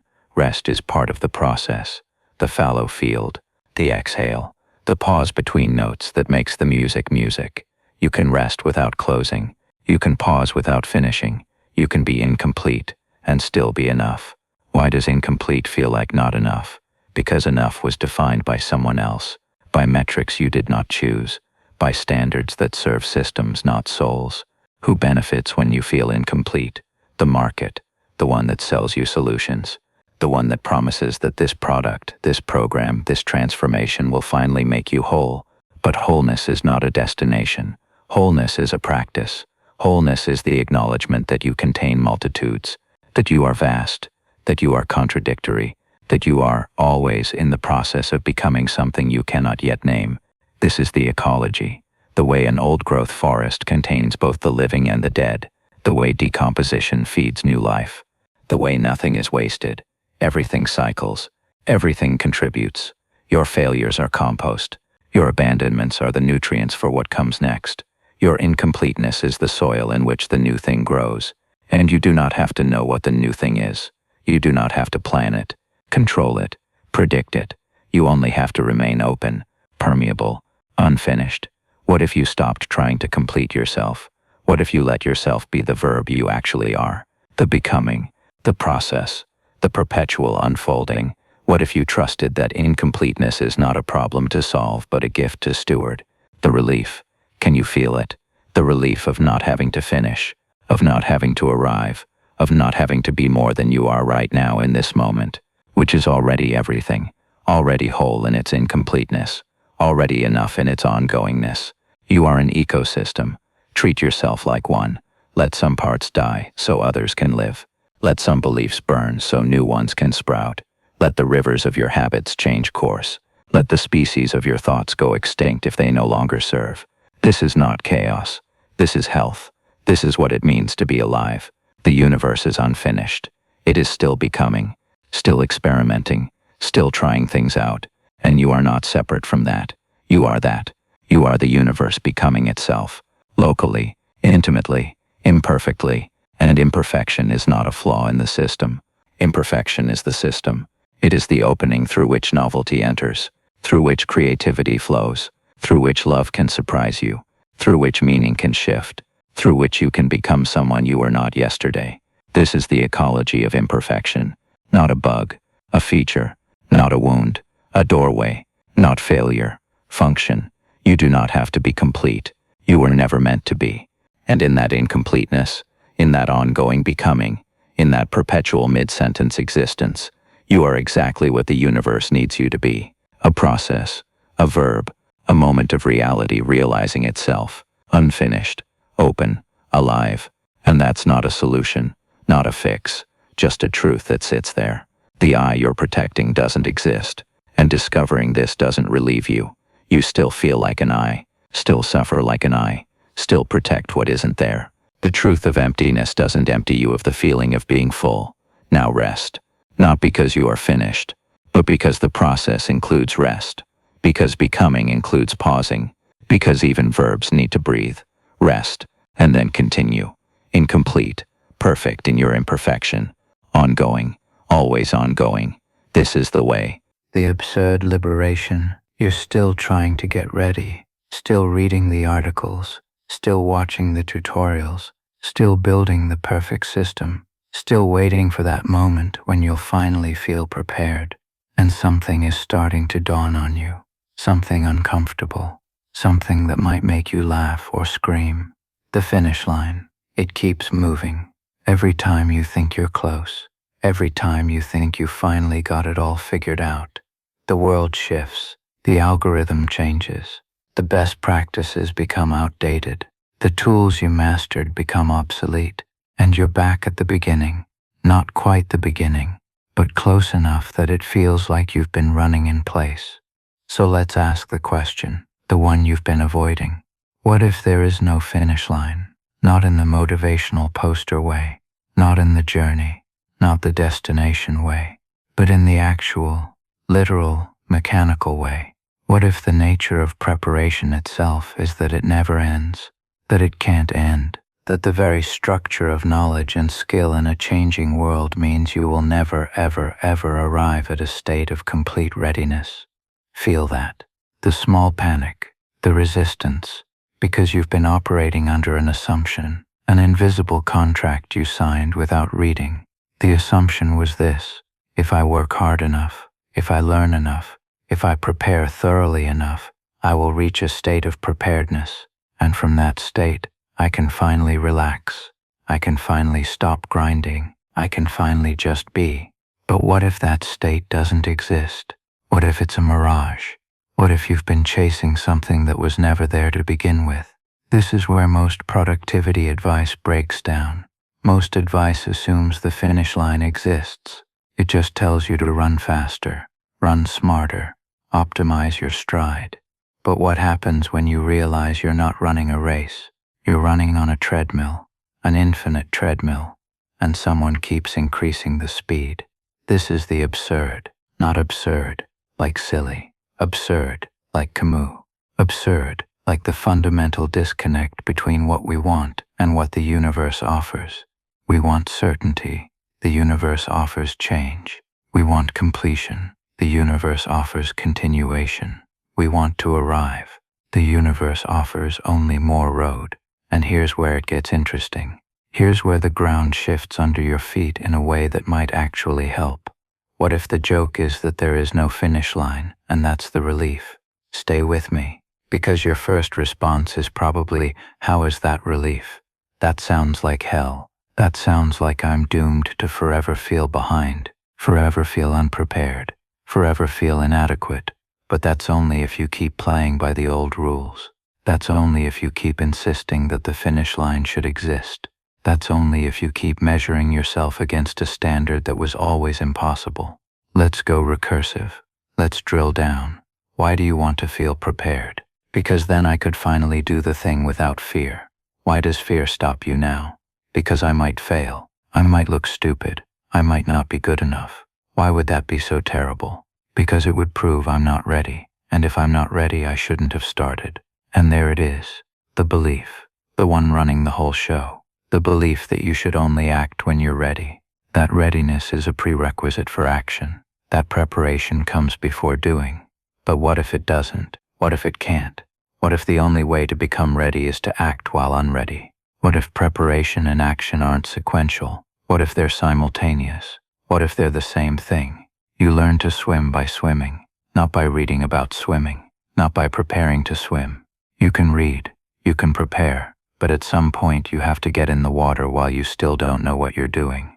And here's the absurd part, the beautiful, ridiculous, liberating part. You will never know what you're doing. Not fully, not completely, not in the way you want to, because the water changes, because you change, because the very act of swimming changes what swimming means. So if you're waiting to feel ready, if you're waiting to feel prepared, if you're waiting for the anxiety to go away, if you're waiting for the certainty to arrive, you're waiting for something that isn't coming, not because you're broken, not because you're not working hard enough, but because the thing you're waiting for doesn't exist. It never did. It was always a story we tell ourselves to make the chaos feel manageable, a story that says, first this, then that, first prepare, then act, first certainty, then movement. But life doesn't work that way. Life is messier, more simultaneous, more absurd. You're always preparing, you're always acting, you're always learning, you're always failing, you're always succeeding, all at once, all the time, forever. And you can rage against that. You can insist it shouldn't be this way. You can keep trying to find the finish line, keep trying to achieve the state of readiness, keep trying to get ahead of the curve. Or you can stop. You can sit with the absurdity. You can let it be absurd. You can even laugh at it. Not a bitter laugh, not a defeated laugh, but the laugh of someone who finally gets the joke. The joke is, you were never supposed to arrive. The game was never about winning. The preparation was never about being prepared. It was about something else entirely. It was about the engagement, the participation, the willingness to be in the arena while unready, the willingness to act while uncertain, the willingness to exist in the gap between what you know and what you're doing.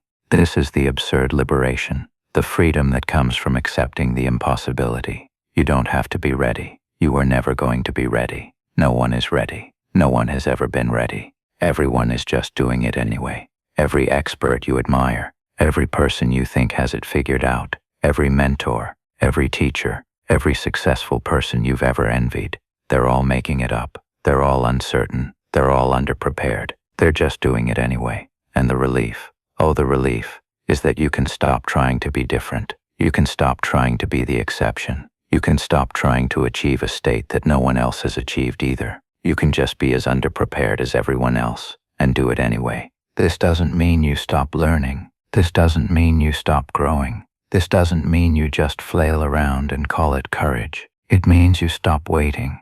You stop using preparation as a shield. You stop using not ready yet as a reason not to move. You prepare while you act. You learn while you do. You become ready by being unready in public, by being unready in private, by being unready in the specific ways that force you to figure it out. And yes, you'll fail. You'll look stupid. You'll make mistakes. You'll reveal your unreadiness to yourself and others. But you are going to do that anyway. There is no amount of preparation that prevents failure. There is no amount of readiness that guarantees success. The preparation just delays the inevitable. The readiness just postpones the discovery. So you might as well discover it now, while you're still young enough to recover, while you still have time to iterate, while the stakes are still low enough that failure won't destroy you. And that's what remains. Not enough, not insufficient, just what is. The absurd isn't more fun than you thought. It's exactly as heavy, as meaningless, as exhausting. But at least the exhaustion is honest now. At least you're tired from the actual weight instead of the imagined one. You're not behind. You're exactly where everyone else is. In the middle. Always in the middle. And that's not tragedy. That's the human condition. That's the absurd. And once you stop fighting it, once you stop insisting it should be different, once you embrace the permanent unreadiness, you might find something unexpected. Not certainty, not completion, not arrival, but something better. Movement, growth, aliveness, the felt sense of participating in your own existence instead of preparing for it. And that is enough. That has always been enough. Welcome to the absurd. It's more fun here than you thought. The permission to be unfinished. The permission to be unfinished. Not someday. Not when you've done the work. Now. Right now. With all the broken edges still showing. The permission. The radical permission to be what you are. Incomplete. In process. Not yet ready. And maybe never ready. And maybe that's not the catastrophe you thought it was. Maybe that's the point. The unfinished thing. The self you drag through the world, half assembled, still figuring it out, still contradicting yourself from Tuesday to Thursday, still uncertain, still afraid, still needing. The needing, let's sit with that, the needing that you've been taught to hide, to transcend, to overcome, as if needing were a developmental stage you're supposed to graduate from. As if the goal of being human were to become a closed system, self-sufficient, self-contained, needing nothing, needing no one. But what if that's the lie? What if our unreadiness is what makes us human to each other? Not our strength, not our competence, not the polished version we present at the meeting, but the version that wakes at 3 a.m. uncertain, the version that doesn't have the answer. The version that needs to be held sometimes, needs to be seen, needs to be told that the struggling isn't failure. It's the work itself. The struggling is the work, not the obstacle to the work, not the thing you do before the real work begins. The struggling is what it means to be alive in a body that feels things, in a mind that doubts itself, in a heart that breaks and mends and breaks again. Feminist ethics of care. Let's break that open. Not feminism as you've been sold it. Not the girl boss, not the lean-in, not the hustle with lipstick, but the older thing, the relational thing. The idea that we are not individuals who occasionally connect. We are connections that occasionally feel individual. That the self is not a fortress.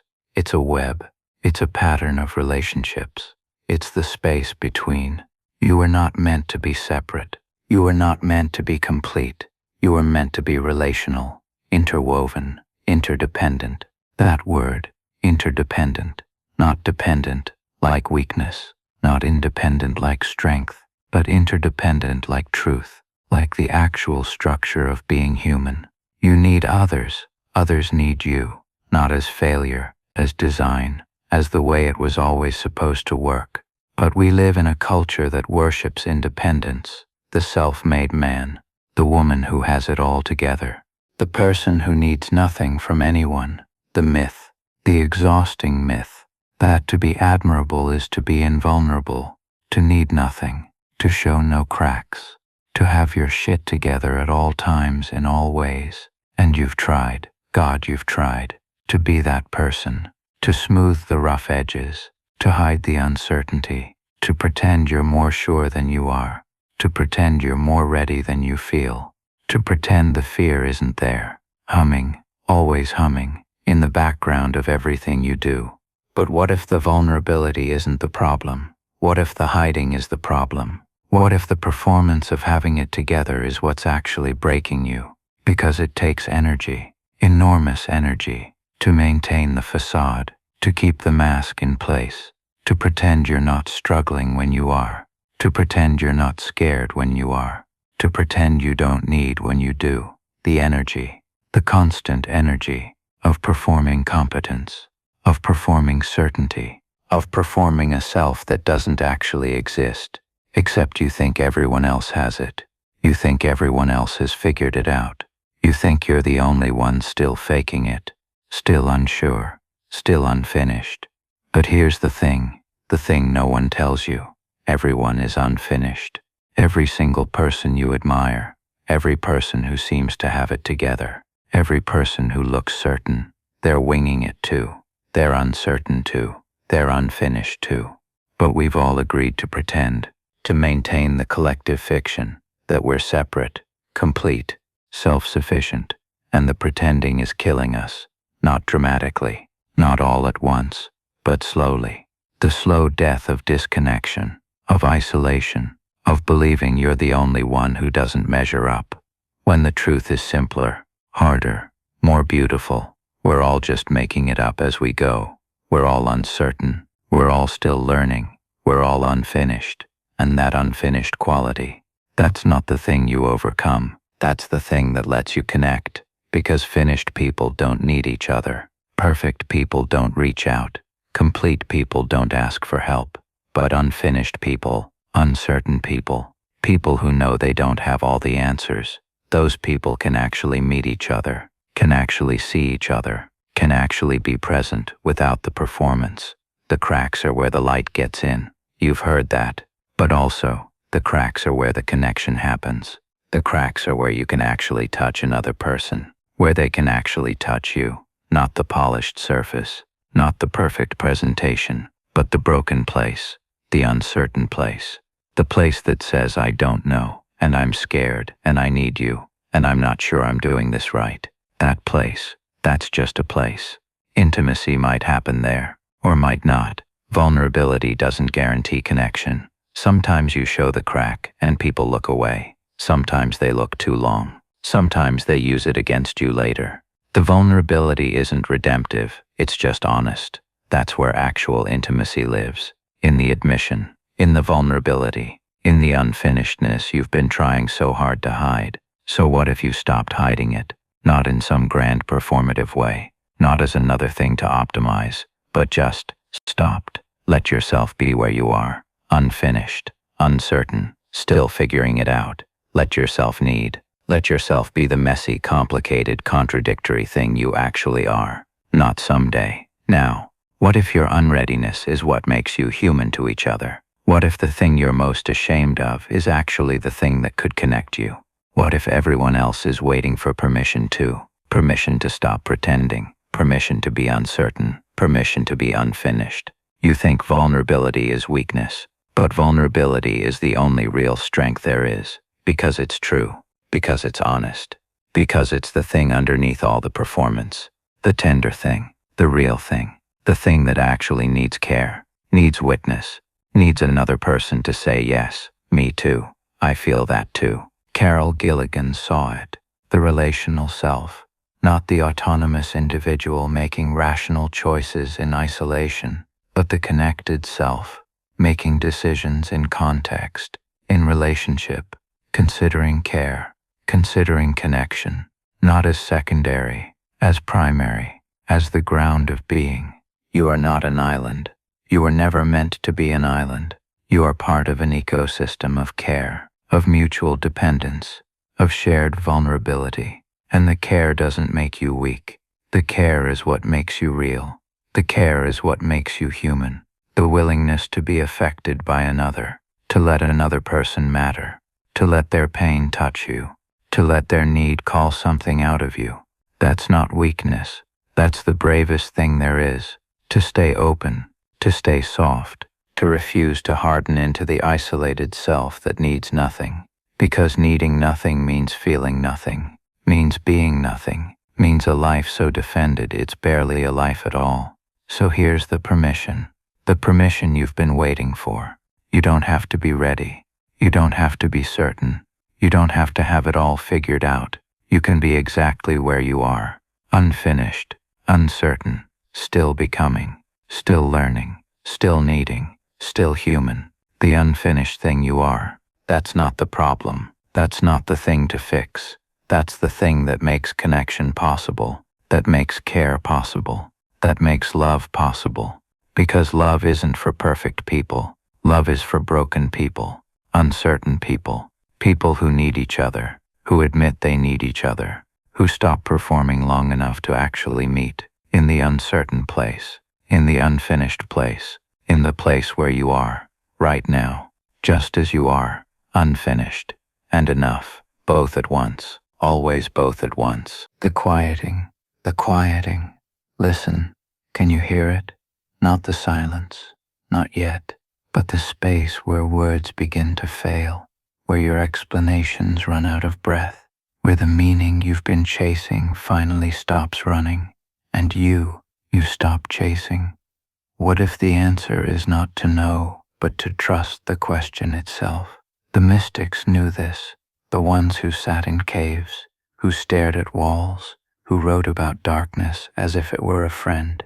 They called it apophatic, the way of negation, not what God is, but what God is not what truth is, but what truth is not. Stripping away, peeling back, until all that remains is the unknowing itself, and in that unknowing, something like peace, the fatigue of certainty. You feel it, the exhaustion of having to know, of needing answers, of constructing meaning from every experience, every moment, every breath analyzed, categorized, understood, or at least pretended to be understood. What if you stopped? What if you let the not knowing be enough? Not ignorance, not avoidance, but sacred unknowing, the kind that doesn't itch, doesn't demand resolution, doesn't keep you awake, constructing explanations. Why do we fear it so much? The not knowing. Why does uncertainty feel like falling, like failure, like we've missed something essential? Drill down. What are you actually afraid of? I'm afraid I'll make the wrong choice, and if you make the wrong choice, then I'll suffer consequences, and if you suffer consequences, then I'll have failed, and if you failed, then I'm not good enough, and if you're not good enough, then I don't deserve peace. There it is, the bedrock, the belief that peace must be earned through knowing, through getting it right, through understanding completely. But what if peace is found in the surrender, in the admission? I don't know. 3 words, ancient and powerful. I don't know. And what happens when you say it, really say it, not as defeat, not as ignorance, but as truth? I don't know why this happened. I don't know what comes next. I don't know if I'm doing this right. I don't know if there even is a right. The relief. Can you feel it? The way your shoulders drop, the way your jaw unclenches, the way the weight of omniscience slides off your back. You were never meant to carry it. The cloud of unknowing. The medieval mystics wrote about it. A cloud between you and the divine. Not a barrier, but a mercy. Because some things cannot be grasped. Some truths cannot be contained in language. Some experiences exist beyond the reach of explanation. And that's not a bug. That's a feature. You've spent so long trying to see through the cloud, to pierce it with analysis, with logic, with frameworks and models and perfectly constructed understandings. But what if you're meant to rest in it, to let it hold you, to trust that not seeing is its own kind of vision, the apophatic way, the negative path, not describing what is, but what isn't. God is not. God is not a thing, not a concept, not a beard in the sky, not a force, not energy, not love, not any word you could say. Strip it all away, and what remains? The mystery itself, unnameable, unknowable, and somehow enough. This applies to everything. Your life, not a story with clear meaning, not a journey with obvious purpose, not a puzzle to be solved. Your pain, not a lesson, not a test, not meaningful suffering, your joy, not earned, not deserved, not a reward for good behavior. Strip away the narratives, the explanations, the need for it all to make sense, and what remains? This moment, this breath, this inexplicable fact of being, the comfortable dark. There's a relief in it, in admitting you don't understand, in releasing the burden of coherence. The world doesn't need you to explain it. Your life doesn't need you to narrate it into meaning. The universe is not waiting for your interpretation. It simply is, and you simply are, and that's enough. Why does this feel dangerous? The not knowing. Why does it feel like giving up? Drill down. If I stop trying to understand, what then? Then you'll drift. And if you drift, then you'll lose direction. And if you lose direction, then nothing will matter. And if nothing matters, then what's the point? But who said the point must be known? Who said direction must be clear? Who said mattering requires your conscious understanding of how and why? The trees don't know why they grow. The rivers don't know where they're going. The stars don't understand their own light. And yet, they are not lost. You contain multitudes of wisdom you cannot articulate. Your body knows how to heal. Your heart knows how to love. Your lungs know how to breathe. None of it requires your understanding. None of it needs your explanation. You are surrounded by mysteries. Inside you, outside you. The fact that consciousness exists. The fact that anything exists. The fact that you can ask why. These are not problems to be solved. They are mysteries to be lived. The quieting. It's happening now. Can you feel it? The noise of certainty fading. The chatter of explanation growing dim. The frantic need to know, loosening its grip. What if you let it? What if you stopped defending your understanding? Stopped protecting your worldview? Stopped insisting on clarity? What if you sat in the cloud, in the darkness, in the unknowing, and let it be sacred? The mystics called this apophatic prayer, approaching the divine, not through words, but through wordlessness, not through images, but through imagelessness, not through knowing, but through unknowing. It's a practice, a discipline, the discipline of letting go, of releasing, of trusting what cannot be grasped. You've been grasping so long. Your hands are tired, your mind is tired, your heart is tired. The permission. You have permission to not know, to not understand, to not figure it out, to not have the answer, to not even have the question anymore. You have permission to rest in the mystery, in the uncertainty, in the quiet that comes when the explaining finally stops. This is not nihilism. This is not despair. This is not giving up. This is the ancient wisdom, the knowing that transcends knowledge, the understanding that surpasses understanding, the peace that passes all understanding. What if that's the point? Not to understand peace, but to experience it. Not to know truth, but to be held by it. Not to grasp the mystery, but to be grasped by it. The quieting. Let it come. Let the words fall away. Let the meanings dissolve. Let the certainties crumble. And in that space, that void, that sacred emptiness, rest. Just rest. You don't need to know. You never did. The question itself is enough, and so are you. The return to now, here, this place, this breath. What is actually required of us in this single breath? Nothing, everything. The paradox sits like stone in your chest. You feel it, don't you? The pressure of presence, the demand to be here, now, fully. But what does that even mean? What does presence demand? Strip away the spiritual platitudes, the wellness industry promises, the meditation app notifications. What remains? What is actually required of us in this single breath? Your lungs expand, contract, the mechanics of continuation. No philosophy needed, no mindfulness technique. The body does what it does. It has always done this. Before you had words for awareness, before you knew to call it presence, before someone told you that now is a practice, it was already happening. This, the sound of your own breathing, the weight of your body wherever it rests, the temperature of air on skin. These are not achievements. They are not failures. They are occurrences, happening, whether you notice or not. So why does presence feel like work? Why does now feel like a destination you keep missing? The fatigue, the weight of trying to be here, as if here is somewhere else, as if now is a moment you haven't reached yet. You close your eyes to meditate, and the mind scatters like starlings. You open them and feel guilty for the scattering. The cycle eats itself. Presence becomes performance. Mindfulness becomes another task on the list, another way to fail at being human. But what if you're already here? What if you've never left? The thinking about being present, that's presence too. The distraction is the moment. The wandering mind is now, experiencing its own nature. Nothing to fix, nothing to force. What is actually required of us in this single breath? Not serenity, not emptiness, not some crystalline state of awareness where thoughts stop and peace descends like snow. Just this, the messy, fragmented, entirely ordinary fact of existing in a body that breathes without asking permission. Your knee aches. Note it. Don't fix it. It's here. You're here. Same location. The itch on your shoulder. The sound of traffic or silence or something in between. The slight tension in your jaw you didn't know you were holding until this moment. And now you know. And now maybe it releases. Or doesn't.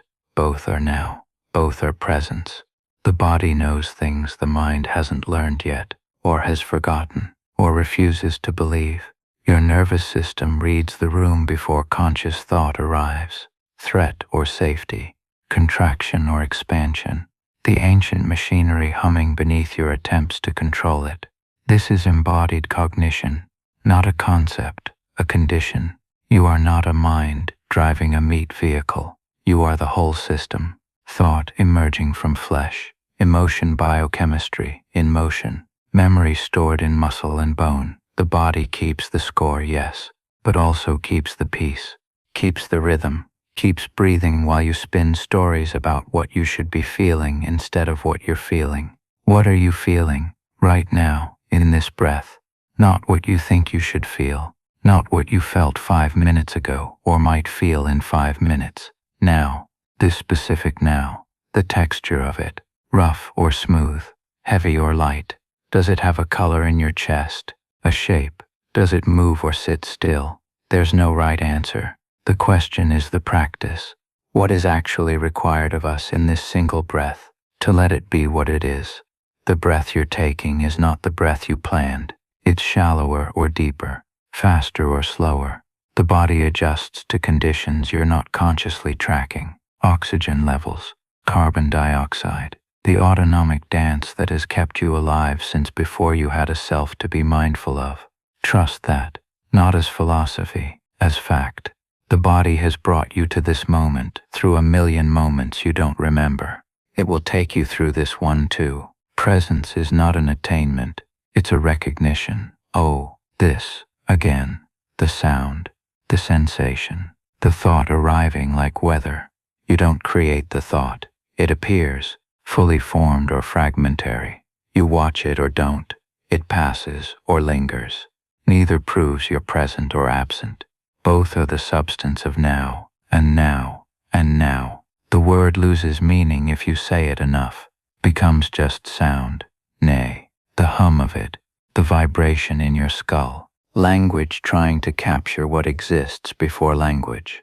The pre-verbal presence of being. The infant doesn't practice mindfulness. The infant is mindfulness, undifferentiated from sensation. Hunger is the universe. Warmth is everything. No split between experiencer and experienced. Then we learn words, learn separation, learn to stand apart from our experience and narrate it. This narration isn't wrong, it's human. But sometimes, in certain breaths, the gap closes. You're not thinking about the sunset. You are the seeing of it. Not observing your sadness. You are sadness. Moving through a body. Temporary. Total. True. This is what the philosophers call non-dual awareness. The mystics chase it. The meditators sit for decades seeking it. But it's here, in the most ordinary moment. The taste of water. The sound of your own swallow. The small persistent ache in your lower back that's been there so long you forgot to notice it until now. What is actually required of us in this single breath? Nothing you don't already have. No special state. No elevated consciousness. Just the willingness to let this moment be exactly as dissatisfying or ordinary or uncomfortable as it is. The permission to stop trying to improve your experience of existence and just exist. The relief in that. Do you feel it? The small exhale, the softening, when you stop holding yourself accountable for presence, when you let the breath breathe itself. The control was always illusion anyway. You can't will your heart to beat differently, can't think your digestion into efficiency. The body does its work in darkness, beneath your awareness, and you survive because of that darkness, not despite it. Consciousness is the small, bright room, but you are the whole house. Basement to attic, wiring and plumbing, foundation and roof. Most of it unknown to you, all of it functioning. Trust that. The body's intelligence, the moment's sufficiency. This breath doesn't need to be better, doesn't need to be deep or cleansing or healing. It can be shallow, anxious, catching in your throat. It's still doing its job, still delivering oxygen, still releasing carbon dioxide, still keeping you alive for one more moment. And that's all any breath has ever done, kept you here, now, in this body, on this planet, in this ridiculous, temporary, impossible fact of being alive. The magnitude of it, the absolute ordinary miracle that cells cooperate, that neurons fire, that meaning emerges from meat. You are embodied cognition, philosophy made flesh. Every thought you have is brain chemistry. Every feeling is hormones and neurotransmitters and electrical impulses. This doesn't diminish them.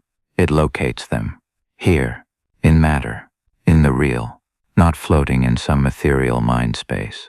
Grounded, earthed, present by nature, not by practice. So what is actually required of us in this single breath? Only this, the willingness to be the animal you are. Breathing, sensing, responding to stimulus. No narrative needed, no meaning making, just the raw data of existence. Cool air in, warm air out. The slight expansion, the gentle collapse. Again, again, again, until it stops. And then you won't be here to worry about presence. Won't be here to judge your mindfulness. Won't be here at all. Which makes this, now, this unremarkable, uncomfortable, utterly sufficient moment, enough. Not because it's perfect, because it's all there is. The only moment that ever exists. Now, and now, and now. Different each time, same each time. The eternal return of the present. You can't leave it, can't arrive at it, can't fail it or master it. You can only be it. And you already are, have always been, will always be, until you're not. The return to now is not a journey. It's a recognition. Oh, I was here all along. The seeking was the finding. The distraction was attention. The absence was a form of presence. All of it, every scattered thought, and failed meditation, and moment of forgetting. All of it was now, living itself through you. Perfectly imperfect, entirely complete. This breath, this body, this unrepeatable instant of being, sufficient beyond measure, required of you, nothing, offered to you everything, here, now, always now, this place where you've never left and can never leave, the ground beneath the groundlessness, the presence that persists through every absence, your body breathing, your heart beating, your neurons firing, the whole beautiful broken machinery of being, here, with you, as you, in this single, unremarkable, absolutely sufficient breath. The benediction of start. What if you are already exactly where you need to be to take the next step? Not in some mystical, everything happens for a reason way, but in the most brutally practical sense. The only place you can step from is where your feet currently are. The only moment you can begin is this one. The only resources you have are the ones already in your possession. And here's the thing nobody tells you. That's not a limitation. That's the entire game. You stand where you stand, the ground beneath you, uneven, maybe, cracked, littered with the debris of previous attempts, but ground nonetheless, solid enough to push against. Why do we think we need different ground? Why do we believe the starting line exists somewhere other than here? Because we've been sold the mythology of readiness, the fantasy that somewhere, sometime, we'll have gathered enough knowledge, enough courage, enough certainty, enough permission from the voices that matter. And from that magical state of enough, we'll begin. But let me ask you this, when has that ever happened? When have you ever felt completely ready? Go back through your memory. The moments you actually moved, the times you genuinely started something. Were you ready, or did you just go? There's a difference between readiness and movement. Readiness is a feeling. Movement is a fact. Readiness is what we wait for. Movement is what we do despite its absence. And every single thing you've ever actually accomplished started from a place of not quite ready yet. The job you took, the relationship you entered, the city you moved to, the skill you learned. You were never ready. You just started anyway. So why are we here, at the 15th movement of this strange journey together? What is this moment for? It's a benediction, a blessing, but not the kind you're used to, not the may you find peace and prosperity kind. This is darker, more honest, more useful. This is the benediction of starting from exactly where you are, with exactly what you have, which is always less than you want and more than you think. You are standing at a particular point in the evolutionary spiral. Spiral dynamics calls it a stage, a level of consciousness, a way of seeing the world.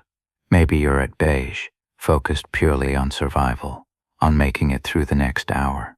Maybe you're at purple, wrapped in the safety and prison of belonging. Maybe red, raw with power and the need to assert. Blue, seeking order in the chaos. Orange, chasing achievement. Green, awakening to connection. Yellow, beginning to see the whole pattern. Turquoise, dissolving into it. It doesn't matter which. What matters is this.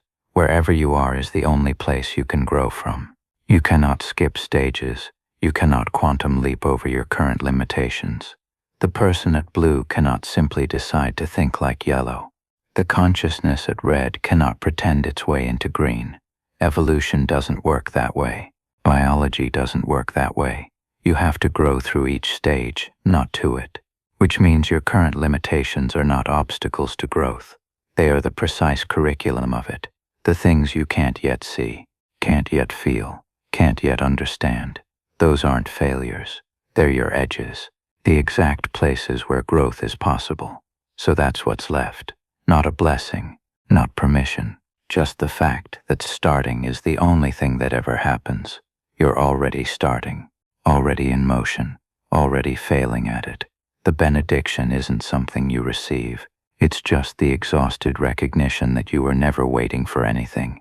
You were already doing it, badly, continuously, without permission.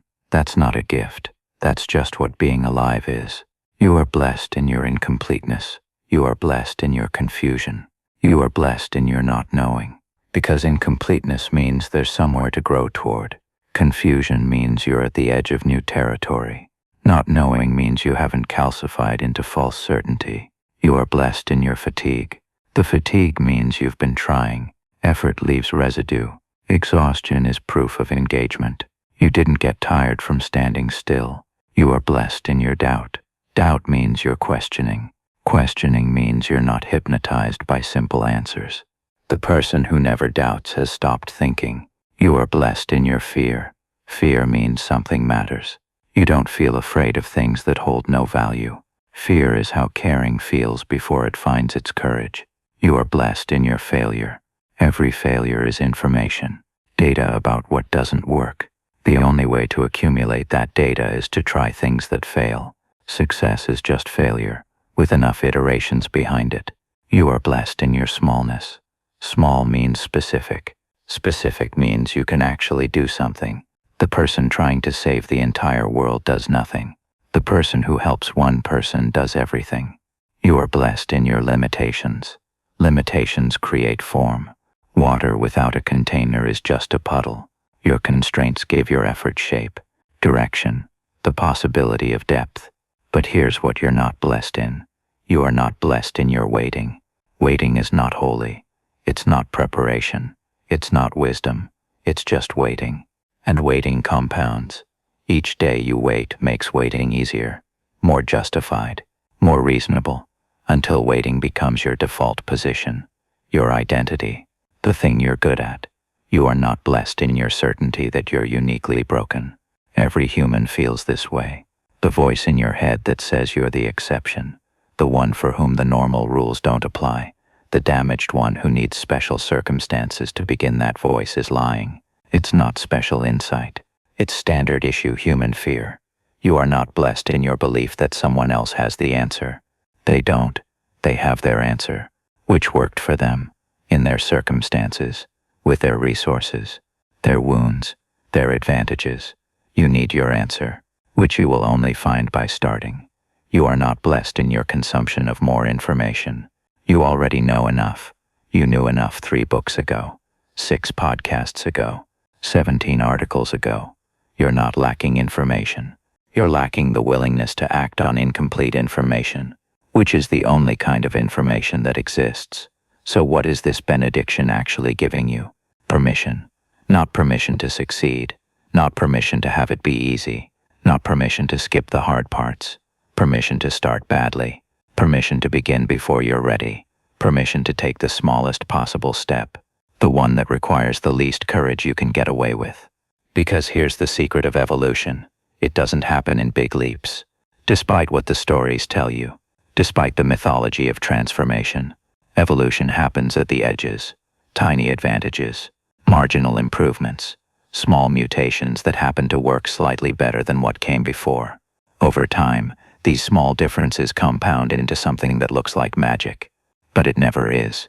It's always just accumulated tiny movements, one after another. The spiral doesn't skip steps. It adds them, layer upon layer, each stage including and transcending what came before. You don't abandon your previous development. You build on it. The person moving from orange to green doesn't lose their ability to achieve. They add the dimension of connection to their achievement. The person moving from blue to orange doesn't lose their sense of order. They add flexibility to their structure. Every stage contains all the previous stages. You carry your whole history forward, which means you don't need to be different than you are. You need to be more of what you are, not less afraid, more willing to be afraid, not more certain, more comfortable with uncertainty, not more complete, more honest about your incompleteness. And from that honesty, movement becomes possible, because you're not trying to be someone else. You're not waiting to transform into a person who could do the thing. You're just doing the thing as the person you already are, which is exactly what starting is.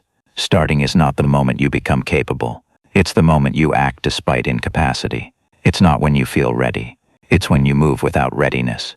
It's not when you know the path. It's when you take a step into not knowing. And every single person who has ever done anything started this way. No exceptions. The people you admire, the ones who seem to have figured it out, they started from confusion, doubt, inadequacy. They just started anyway. So what is the next step? I don't know. And that's perfect. Because I'm not taking it. You are. From where you stand. Which only you can see. With resources only you possess. Toward a destination only you can define. And the step doesn't need to be big. In fact, it's better if it's not. Big steps are for people who need impressive beginnings. Small steps are for people who actually want to arrive somewhere. What's the smallest step you could take? So small it barely counts. So small you'd be embarrassed to tell anyone. So small it feels insufficient. That one. Take that one. Not tomorrow. Not when you feel ready. Not after one more piece of information. Now. From here. As you are. Because you are already exactly where you need to be to take the next step. That's not inspiration. That's physics. You cannot step from anywhere other than where you currently stand. And where you stand is sufficient. Not perfect. Not ideal. Sufficient. Which is all evolution ever needed. Small advantages. Accumulated. Over time. Until something unrecognizable emerges. So here is the benediction. May you start badly. May you begin before you're ready. May you take the smallest step and count it as enough. May you honor where you stand as the only ground you need. May you see your limitations as the shape of your possibility. May you carry your incompleteness forward as proof that growth is still available. May you stop waiting for a different version of yourself to emerge. May you work with the self you already are. May you trust the spiral, the slow accumulation of small movements. May you give yourself permission, not to succeed, not to have it be easy. Permission to begin, from here, from now, from this. This is the benediction of starting, and you have already received it, the moment you needed it, which is always now. Now take your step. It doesn't matter which direction. It doesn't matter how small. Just step. The spiral will take care of the rest. It always does. It always has, for billions of years. Long before you arrived, and long after you're gone, the spiral continues.